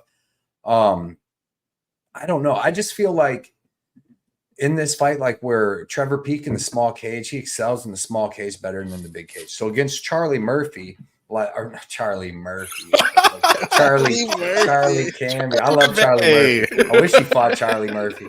Charlie Murphy is still That's great. But when he fought Charlie Campbell, though, Charlie Campbell's good, man. He's got good striking and he's got good grappling. And in the moments in that fight where Peak would start overwhelming Charlie Campbell in certain spots, had him up against cage, hit knees, Charlie Campbell was able to grapple more and get some control time where he's actually able to take the back stuff, because Peak's hard to hold down. He's got a terrible takedown defense, but he's got a good get up game because he just freaking He's like the Derek Lewis of the 155-pound division. And you can't choke him because you don't have a fucking neck and his chin's like that. in this fight, which I think it's going to be like a crazy back and forth fight because neither one of them's the most technical strikers, but they both throw heat. I would say Ashmuth is definitely a little more technical because I mean, everybody's a little more technical than Trevor Peek. It's hard to say someone's that Peek is more technical. Yeah. But like both of them kind of just throw heat. You know what I mean? They both throw power in both hands and both legs. They're not really throwing jabs and setting anything up. So they're going to be going at it. And I just feel like in the times that where Ashmuth may slow down when Peek's pushing a crazy pace, he might not have like he has decent wrestling. You've seen it on the PFL, but he doesn't have the best jiu-jitsu game to just hold the guy down. And I don't know if he's just going to be able to hold Peek down when he needs to in certain spots. So I'm not betting this fight. This is the hardest fight on the card to pick because it's a tough fight. But I'm gonna take Trevor Peek by decision, but like no faith really. You know what I mean? Like Ashmuth could even just catch him, be the first one to knock him out because he hits hard. But this is probably the fight I want to watch. Like, you know, other than like Steve Garcia Nelson and maybe Brady and them, but this is up there with it. But I'm taking Trevor Peek, but no confidence in the bet, pick, nothing. I like the over 1.5 as my, or 2.5 as my. What about the fight goes a distance at -135? That's the only thing I would maybe consider, but I would be sweating it way too much. Yeah, because I mean it's going to get the grimiest in this kind of fight in them last 2.5 minutes. You know. Well, the first round and maybe like you said, the last 2.5 minutes are probably the grimiest. Yeah, because both these dudes are going to be hitting each other hard. I just think they're both tough enough to take it. Like Ashmuth broke his arm in his last fight early on, fought through the whole thing, still and throwing it. So you know he's a tough dude, and you know Trevor Peek's tough. So Trevor Peek ain't gonna be knocked out by anybody. I'm sorry. I don't think so, man. Chepe was hitting him with some hard shots. Charlie Campbell, I almost said it again. Yeah, Charlie Murphy. I love Charlie Murphy, dude. But yeah, man, I got to go with Peek here, but I wouldn't like tell anybody to bet him. Okay. You know what I mean? And then Schnell and Durden real quick.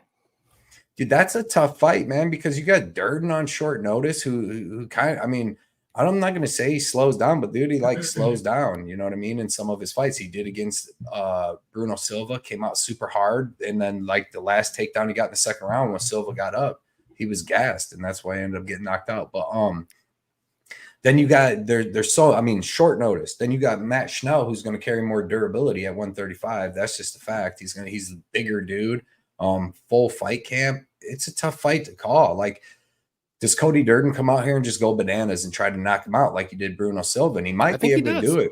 I mean, I would probably be the smartest thing because I don't think he just wrestles for 3 rounds. And honestly, if they just strike for 3 rounds, Matt Schnell might be able to just outbox him like he did Tyson Nam and them guys. So that's a freaking tough fight to call. And then the line's like crazy. Like, even if it was a full camp, Durden at -300 is a big line over Matt Schnell. You know what I mean? And I would love it way more, but not now. And everything's favoring Matt Schnell, though. You got the higher weight class, the full camp, everything, the line, everything. So, like, that's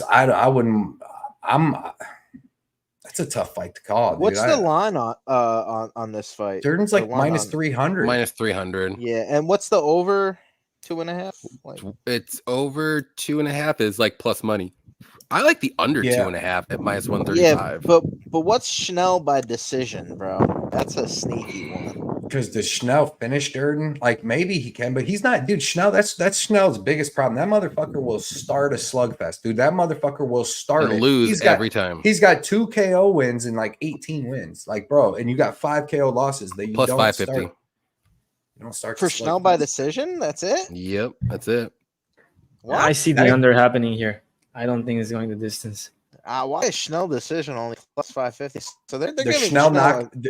When you play the under 1.5, does Schnell knock him out? Or I mean 2.5, like the Schnell has a chance to finish Durden too. No, I don't think so. Durden was finished Durden gasses. Like 2 months ago. He was finished bad by maybe a sub off his back. Silva. Schnell's got decent triangles and stuff, but he's never beat anybody good. His triangles are over like Eric Sheldon or something. And jiu-jitsu off your back in 2024, bro, is not the way to go. Unless you're unless you're Walter Walker. You hear that? Fucking Sergey Spivak, unless you're heavyweight. Fuckers. But yeah, man, it's another tough one. Give me for an official pick, give me Matt Schnell by decision. Give me Matt Schnell. I'm not betting it or nothing. I just don't. There's a lot of stuff against Durden, dude. A lot of stuff. Dude, bro, go what watch about that Matt chin Schnell. though? I think that trumps everything though. Yeah, but I don't like care if his it's at chin's 135. you gotta watch though. Who he's getting knocked out by Steve Erceg, Pantoja, people like that are hitting cracking hard. But like, well, the Pantoja started a fight. He Durden's rocked Pantoja. boxing looked pretty good until he got caught. It did. I just don't like he the got short caught. notice of it. Yeah. I don't think I'm Schnell's calling gonna Matt catch him like Schnell by that. knockout. That's No. plus 1,000, I believe. You know, how about just the overs? Because like I don't see Schnell finishing Durden, and Durden's going to burn a lot of time wrestling, and then I don't know. Over Durden 1.5 just is knocks minus Schnell out. 145. I think you made a good point too about it being at 135. Like we don't know for sure that it's like that's Durden. That could help the durability and maybe cardio. Oh, it's gonna help him. It's gonna help. Dude, he looks like death. He's 34 years old, and every time he tries to make flyweight, he's dead. And now he's actually able his to make hair off and shit. Right, Mhm, and then now he's actually able to make 135. Full cam. Right. And all right, he's fine. I'm not going to fighting bet this fight, okay? I think he's not it's fighting tough. a 135er. And if, talking and if into you it, or and out if of you it. look, you know Durden's training all year round. But if you go look at his weigh-in, he doesn't look cut up. He doesn't look in the best shape. No. Of his life. Well, he's a legit flyweight. I don't know if Schnell is. Yeah. Schnell's a big dude. Exactly, I mean, and now they get to go up a weight class, and he doesn't have to fight another 135er. He gets the luxury of going up a weight class and a fighting small a guy. 25er too. Exactly. Durden's a small 25er. Schnell by KO. Badger with Badger said I like it now. I'm changing it. I mean, I like what did your Badger bet. call? Schnell by KO? Schnell by KO is plus 1,000. I seen him rock Pantoja once. Yeah. Oh, come He's on. Durden boxer. got knocked out Nobody cold. can rock. I don't Pantoja. think he's He recovered. did. Matt Schnell rocked him, dude. I don't believe But it. Crazy. That's False. that's He was Bruno up. Silva. Like Bruno Silva could crack, bro. Like are we really comparing the power of Bruno Silva and Matt Schnell? Oh, Right. True. Bruno Silva crack. He does crack. Sorry. No. Bruno Silva is way good. striking way better, but the thing is, I don't know how recovered. It's not even the is striking. Durden. He's just way more powerful. Scotty lost. I hear you. He said they just That took makes Johnny's sense. bet out to the curb and beat his ass. They did. I love the under 2.5 Jeez. until you guys came. But like you want that, you want to have both people with the finishing ability, and I mean, I guess Schnell could catch him. It just depends how wild Cody goes. I think that the best bet here, but the best bet would be no bet, to be honest. Probably. Yeah. And that line though, but like I think the bet. I mean, Matt taking a stab at Schnell on a full camp at 135. You know, and the dudes Schnell loses to are pretty high level guys. Like, and Yeah. Cody Durden's high level, but he's a wrestler. It's not really the knockout dude. You know what I mean? So it's I tough. agree, bro. Yep. All right. Next one we're going to move on to is Kyle Nelson versus Steve Garcia, and I'll let JB start it. I wanted to lean Kyle Nelson here just because he's got the beard, you know, he's got the swag. He's on a little bit of a win streak here as well. Yep. I don't hate the Kyle Nelson side, but like I'm just gonna be real from a striking standpoint. I think Steve Garcia is way quicker. I think he's gonna be first to the punch here. I think he hits really fucking hard as well. And I just bet Sung Woo Choi against him, so I already have a terrible read on this guy's fights.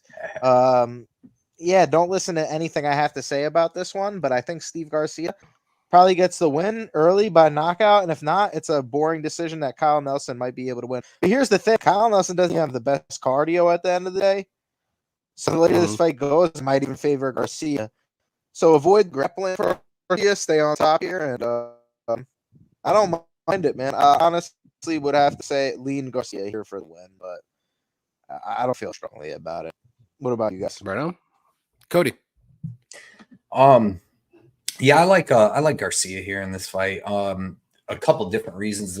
The main one being like the pressure that he's going to put on. Like I see what JB's saying, because if you watch Kyle Nelson, like Kyle Nelson's meat and potato striker, but he's got really good solid defense, and he's got a good calf kick, and he's got a good jab and right hand. Like that's all he uses. He's not going to sit there and throw a bunch of. He'll throw some weird spinning kicks and stuff, but he won't look good doing it. But like meat and potatoes, like if you see against Fernando Padilla, which is a great striker. Like Fernando Padilla is an excellent striker. He came out, he hit Kyle Nelson with some good shots in the first round. Kyle Nelson hit him with some decent ones, was hitting him with some leg kicks. And then by the second round, Kyle Nelson cracked him with some big ass shots and then a couple leg kicks. And after that, Padilla didn't really want to get in the pocket no more and throw nothing. So he ended up losing that close decision. You've seen he can crack against Bill Algeo. So there's like two different Kyle Nelsons. There's Kyle Nelson that'll go nuts and get in a fight with like Polo Reyes and all them dudes and just knock him out in the first round, or he gets hurt. Or there's the one that like recently against Blake Builder and Padilla that'll actually take his time, you know, and build up. But the fight I went and looked against was like that would relate kind of this fight would be like Billy Quarantillo, where Quarantillo wasn't like Padilla and just like striking with him at range. Like for the first and second round, it was a little like that, but he kept pushing. By the second round, Quarantillo was pushing him up against the cage, trying to land takedowns because Nelson has good takedown defense. He's a big dude too at 145, but he just kept wearing on him. And then the third round, he comes out and hits him with a weird 1-2 that put Kyle Nelson out, which was crazy. But you could see that he was just wearing on Nelson as the fight goes. And I think that that's what Steve Garcia can do. If Steve Garcia comes out, I mean, they could get in a big slugfest and somebody could just get knocked out in the first 2 minutes. Or it could play out where Steve Garcia is getting some clinch control, trying to land some takedowns, beat up on Kyle Nelson and wear him out. Because it's tough, you know, if Garcia, Kyle Nelson's so defensively sound that if Garcia does come out and just goes bananas, he could easily get caught. We've seen Bill Algeo get caught. But I'm going to say that just Steve Garcia's pressure, his speed, and his power, man, is just going to be able to overwhelm Nelson and eventually get him out of there later in that second or early in the third round. But I like Garcia a lot as long as he don't get caught early. Yep. Yeah, I'm on Garcia as well. I just think he's going to be the quicker striker, like JB said, has more power in his hands. I hope he just pushes forward and tries not to be technical like he tried to be against Choi in the beginning. And then after that, he realized, like, what am I doing here? And then he just like kind of went for it, and it went for a brawl, and he won the brawl. He threw like 10 left hands in a row. It was funny, but yeah, I mean, Garcia, like he's actually pretty well rounded though. He's got pretty decent subs and jiu-jitsu and wrestling, but we just seen him knocking out guys like left and right lately. So that's something to think about too if this fight does get out of the first round. But you know, if it does get out of the first round or round and a half, you know, you might maybe want to favor Kyle Nelson, but like even then, like I think Steve Garcia is pretty good. So he's got great cardio too. He does, and not a lot of people are going to realize that because he gets those first round or early second round finishes. So yeah, and I don't think Kyle Nelson's that guy where he's going to be like, you know, dropping Steve Garcia either to win a round like that either. He's going to have to out-volume him and maybe land the better shots. So I just don't see it. Like, so Steve Garcia money line. I mean, I think that's a good bet. I think KO is a good bet. I think I wouldn't really mess with the over. I've been nervous on them over unders. Yeah, I know. I'm a little nervous too, but maybe under 2.5. That's the only thing I do, but even that's not really amazing. Badger ain't on Nelson, is he? Yeah, I'm here. Did I skip you? Yeah, you skipped him, Johnny. I think he's on. Go ahead, Badger. I skipped you. I say he ain't on Nelson, is he? Are you? I like Nelson. He is on. Okay. All right, let's hear it. Let's go. The thing about Nelson is he's very defensively sound. Steve Garcia just goes wild, and Nelson waits until the right moment appears. And I was impressed by Nelson. Like he was an underdog against Bill Algeo. He knocked him out in the first round. I think it was an early stoppage, but it is what it is. In his fight against Fernando Padilla, who's a very good striker. Like he's a really good striker. He won. Duho Choi, there was a draw, but they took Choi a point. But Choi is also a very aggressive striker. He just knocked out Bill Algeo as well. So I think Nelson is like, at this point, everyone are aware what Steve Garcia brings to the table. I think that Nelson has a good game plan, and I think that he can knock out Garcia. The guy got knocked out by Makashate by that counter right very early on. So I think Nelson can do the same. Like if it stays, if it goes to the later rounds, he can do that. So I like Nelson here.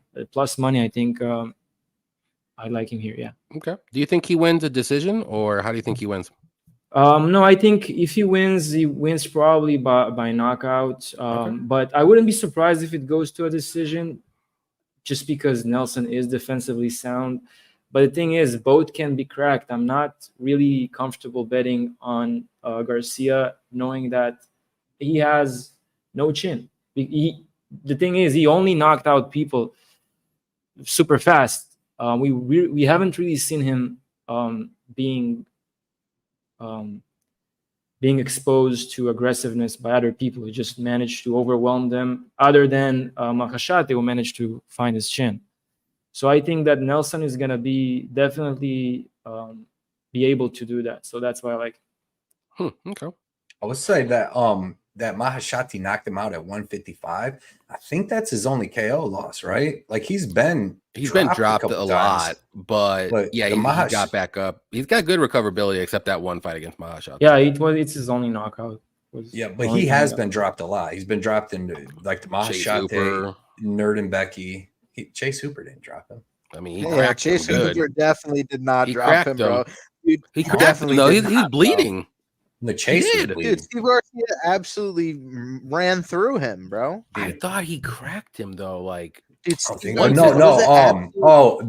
Ontiveros got him. But that was another 155er. Yeah. But he's liable to crack anybody as long as he don't. Maybe I'm thinking of the two crazy guys like that. I don't know. But, they both have curly hair, so. Garcia has the win against Chepe Mariscal. Yeah, he knocked Chepe. That was a suspect knockout, but he did knock him. Yeah, man. I get what Badger's saying though, because like anybody taking the getting Kyle Nelson at plus money, I don't think that Nelson or Garcia is going to fight him as clean as Padilla, Blake Builder, and all these other guys were. Besides Algio, but Algio, I picked Kyle Nelson in that fight. I believe I had a bet on him and I hedged out of it for something. Picked a different fight. It's terrible. But Algio has been looking terrible though. After, I've been on Steve Garcia. Remember when I was right here on this show and everybody was like, Nerd and Beck, he's gonna beat his ass. And Garcia, I had him at like plus 185, and everybody's like, Nerd and China. You're like, China, he's gonna Chinese wrestle him down, just beat him up. I'm like, I don't think that's how this works, man. I don't think that's how that's gonna happen. All right, he dropped him though and almost put him out too. That was crazy. Yeah. Close. He followed him up with the ground and pound and almost put him out with that. Like Garcia was so close to going out. And tough dude though, junkyard dog. Yep. Co-main, we got Jessica Andrade versus Natalia Silva and Cody. Who do you like?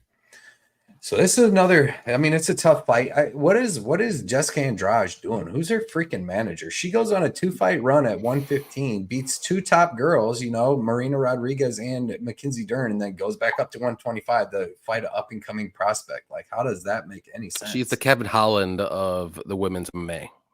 So just no fight IQ or fight. She just wants money, even though she loses money.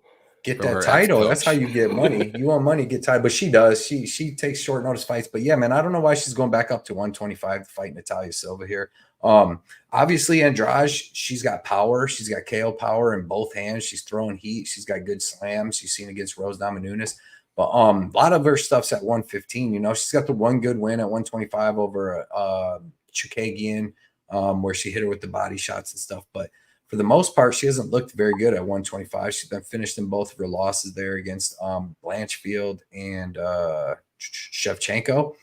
And Natalia Silva is just a beast, dude. Her taekwondo is phenomenal. She's got power in both hands, both feet. Her lead leg head kick is freaking awesome. And she switches stances. She'll hit you with either. She throws like 8 different kicks from each leg.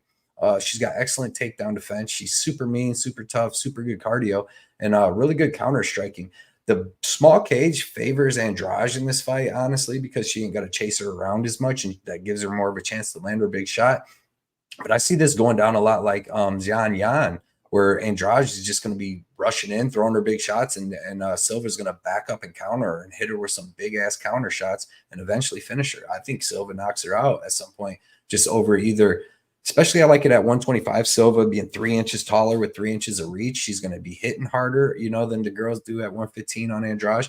And I think she catches her coming in with either a head kick or just a big straight shot and drops Andrade and finishes her. Andrade has been finished 9 times. She looks for a way out. I actually that fight doesn't go to decision because honestly, Andrade could catch the knockout too. We're not dumb. She's knocked out a lot. Yeah, 20 or 18 of her 26 wins are finishes, so she's knocked out. She's finished 18 of her 26, which is a lot. Then you got Natalia Silva, who she's finished, I think 12 over 17, but one was a disqualification, so really it should be 13 to 17. But they're both dangerous. They both hit hard. They both finish girls. I don't see why this one wouldn't finish. Both of them are capable of finishing it. I obviously see Natalia Silva getting it done, but Andrade could hit her with big shots. So instead of playing aside, I just played the fight doesn't go to decision. Small cage, fireworks. Like I said, even Silva's been finished, I think, three times out of her 5 losses. So it's been a long time. Been early in her career though. But if anybody Very could do it, early. it's Andrade, because Andrade, you know, she's throwing missiles, and I think that these girls are going to be going at it, and both of them, every shot they throw for girls are dangerous hard shots.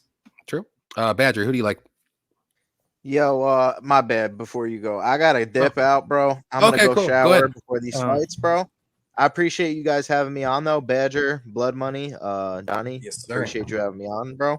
And let's get this money today, guys. I hope you. Do you want to say who you like real quick before the last two? Oh, and I like Natalia Silva. And in the main event, I'm gonna go with Sean Brady, but I don't feel strong about it. I think Silva gets the finish as well. Right on. Let's go. That's good. Thanks for coming out, man. Let's go. Hey, Well, good luck. appreciate you I hope coming you out, guys- baby. Yeah, let's cash, bro. Nice talking, bro. Oh, let's go. All right, Badger, who do you like?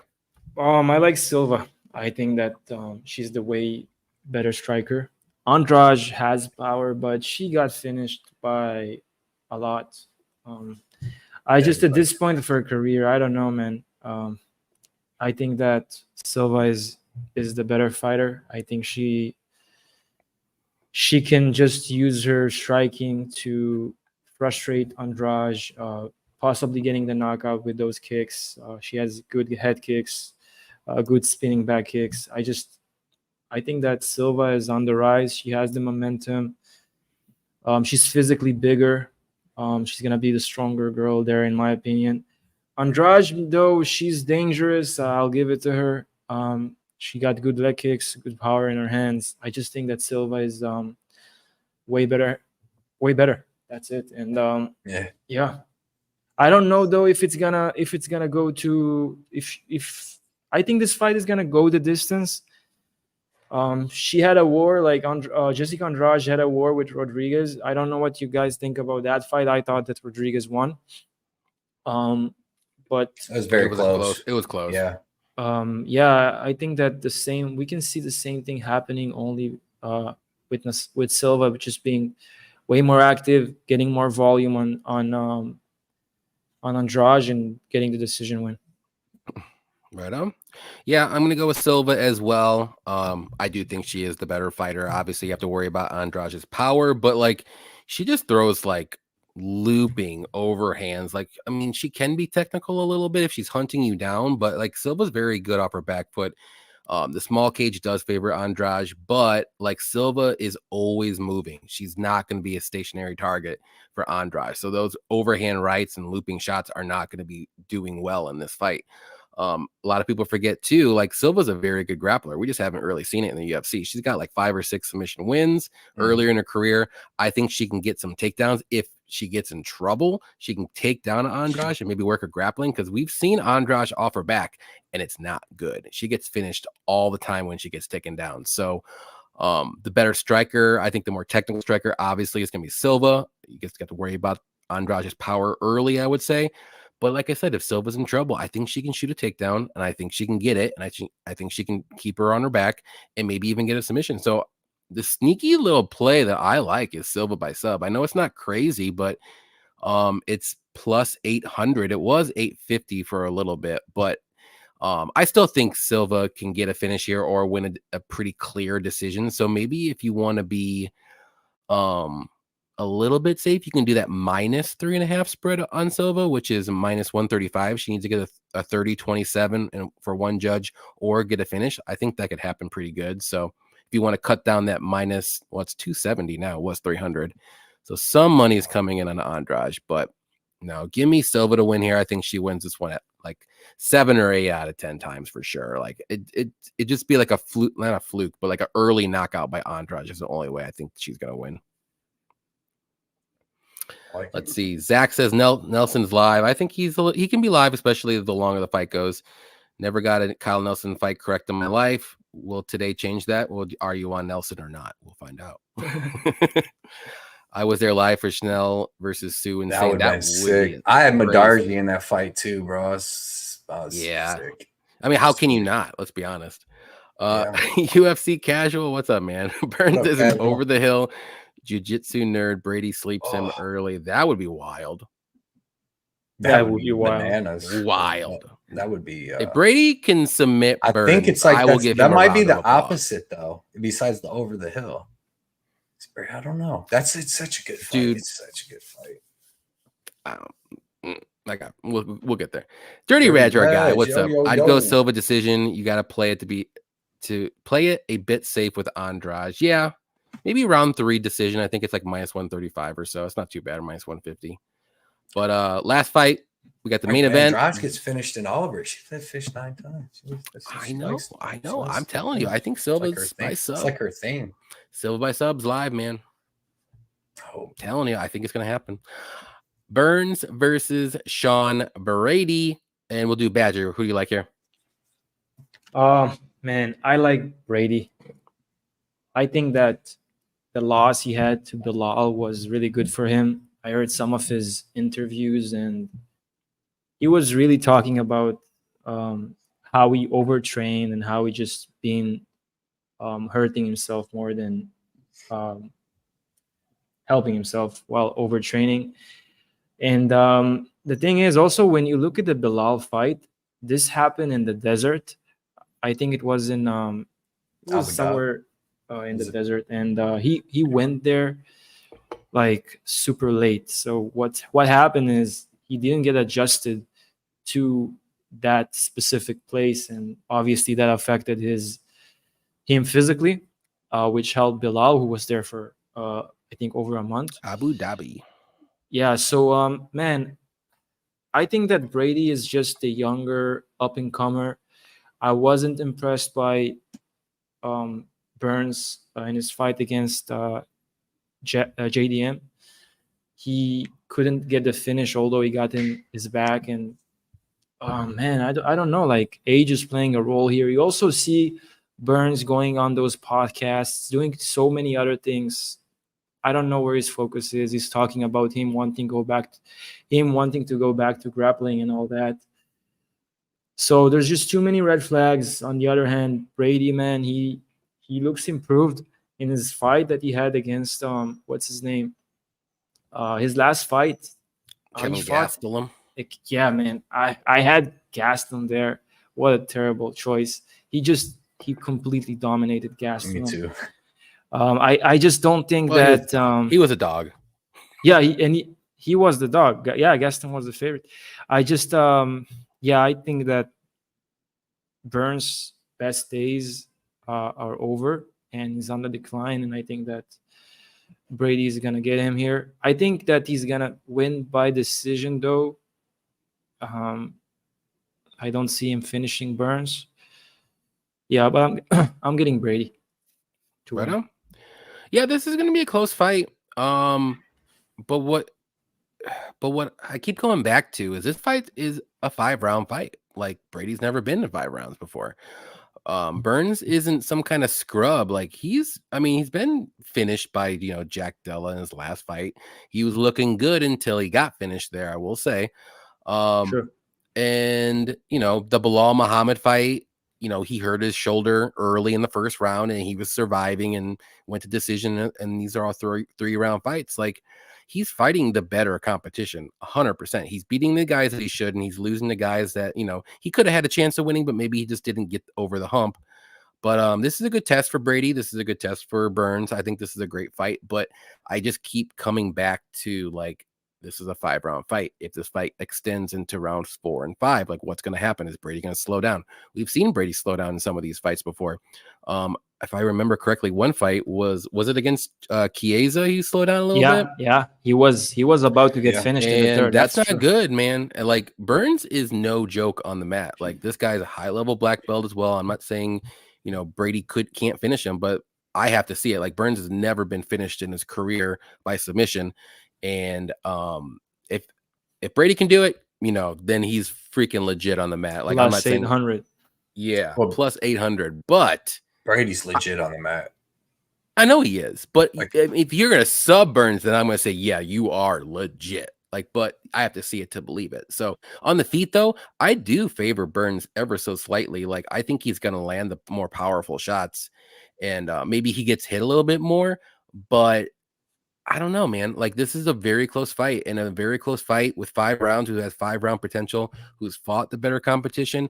I got to go with Burns here. Just, and he's the dog. So I threw a little unit on him, just, at plus 162. I think if this fight gets into the 3rd round, man, I mean, if you have a Brady bet, like, you're going to be a little bit sweaty, because I do think Burns is going to be there. He's not going to quit. Unless he gets knocked out. But have we seen Brady get all these crazy knockouts? No, we're seeing him get all these crazy submissions. So I got to go with Burns. Like, whether he loses by decision, cool. But I think Burns wins this one either late, like maybe like a late round finish, 4-5, or a decision, like a very close decision. To whoever takes Brady, though, I like the round 4-5 props. Okay. For Burns to win. You think he's gonna like? Okay, for Burns? Okay. Yeah, I think Burns, if he wins, he was probably gonna do it in the later rounds. So yeah, that's because it's a good point. You've brought 5 rounds. He really slowed down in the Chiesa fight. Like, it was terribly bad, where I was like, ooh. Yeah. So man, I agree with you. Like, I like the Burns in like getting the finish in the 4th or the 5th round. Yeah. 4th, 5th, or decision is a good prop bet too. You can do on FanDuel. I like that one. I don't know what the odds are, but something to look at too. Another thing too with that is what I was just thinking of, and I lost it. Like, Brady, like, a big step up for Brady was Bilal Muhammad, like, big step up. And I think this is kind of like another big step up for him. Like, maybe not the same level as Bilal, but like, what if Burns didn't get hurt in that fight against Bilal? You never know. Maybe Burns could have won that fight. Like, it's the big thing though, is that Burns is 38, and like, dude, like that was my main reason on picking Sean Brady. I didn't even break it down yet, but that's I picked Sean Brady because just Burns being 38, and I keep getting burned by these freaking older fighter. No, just burned by picking these older fighters, still thinking they have what they used to have. You know what I mean? And like, it's not like Burns is old and showing a ton of regression, but like the Bilal fight, he gets hurt, so that could happen, just being 38 years old. And then against Jack Della, like, he just had a huge grappling advantage there, but when they were standing, he was getting beat up. And this fight's tough to call because, like, I don't think Brady, like, I don't think it's tough. Like, you've seen with Hamzat just holding Burns down. Like, you might be able to take him down, but you're not going to hold him down. I think the only people that's taken Burns down was Hamzat and Damian Maia, and they didn't get no like control time on him. So I don't know if this is a grappling match very much, but if it is, I would assume that Brady's going to be landing the takedowns. But to just get a bunch of control, I don't know. But it all depends. Everything basically hinges on Brady's cardio after 3 rounds. And it looked great against Calvin Gastelum, but I mean, he didn't have like much resistance in that fight. When he was getting Calvin down, he was able to just hold him down, where Gilbert Burns is scrambling like crazy. That's why Hamzat took him down like 2 times in the first round, realized he wasn't going to be able to control him, and then there was just a striking match after that. He didn't even waste no energy. So Burns arguably could have won that fight.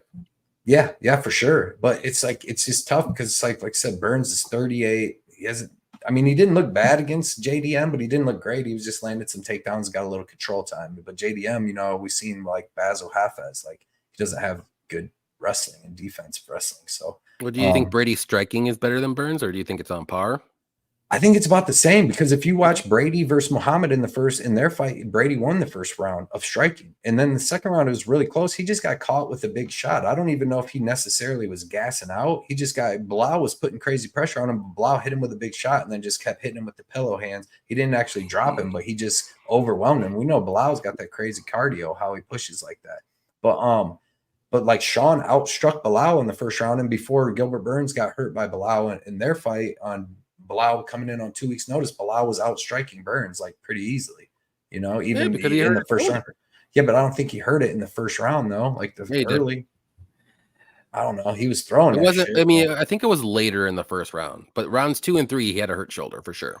Guys, so I commented on Myron Santos' Twitter asking for picks, And I told him, come to our live breakdown right now, Myron. And he just commented, I will be at the event, but let's do this next time. So I think he's game for a future breakdown video. Yeah, I don't know. Maybe he's watching us right now. That'd be awesome. Yeah, he's a beast, dude. He beat the brakes Bro, off kind of. the thing I like about off topic, if I may, is that cool? Go ahead. Yeah. Yeah, you're good, bro. So the new generation of fighters like Myron Santos is that they have really good takedown defense, and that's something I noticed. Even like I watched the entire season, and man, he whenever they took him down, he got right back up. Even on Contender, we had this Brazilian fighter who was a plus 300 dog, but he fought against Will Curry. And he had a really good takedown defense. And I picked him because and he won unanimous decision. I think it was 30-27.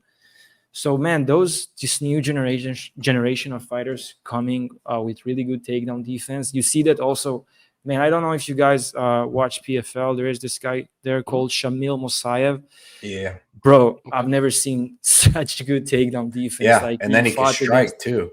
Yeah. So. Didn't he just fight recently? Right. The same dude. Yeah, the same dude. And he the Russian. I bet him big. The first time he fought that Russian, he was a huge underdog, dude. Sheesh, that guy's real good, dude. And he's undefeated, and he's a huge underdog. The first time he fought the other undefeated Russian, I got him at some crazy underdog price. Just not a bunch of money. I just put a little bit on it watching him.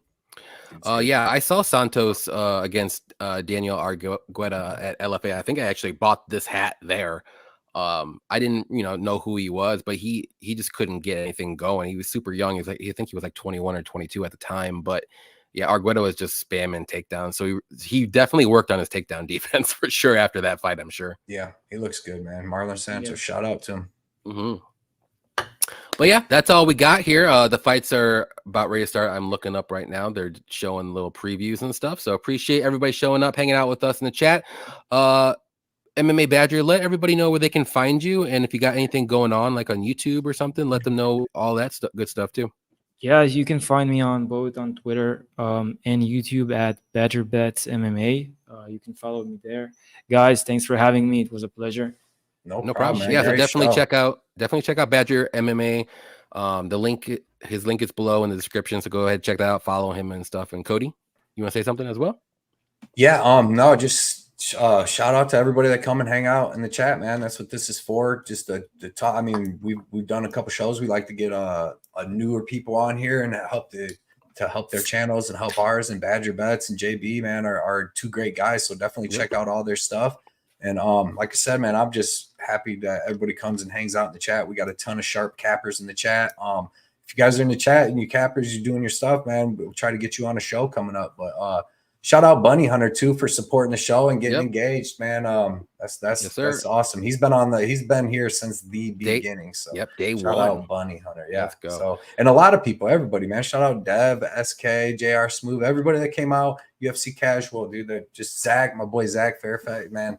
Bunch of cool dudes, man. Real fight picks. Just people that hang out with us. This is good. All the usual suspects. You know who you are. We always shout you out. But definitely have fun tonight. Good luck on everyone's bets. We'll be back Saturday again. For Noche.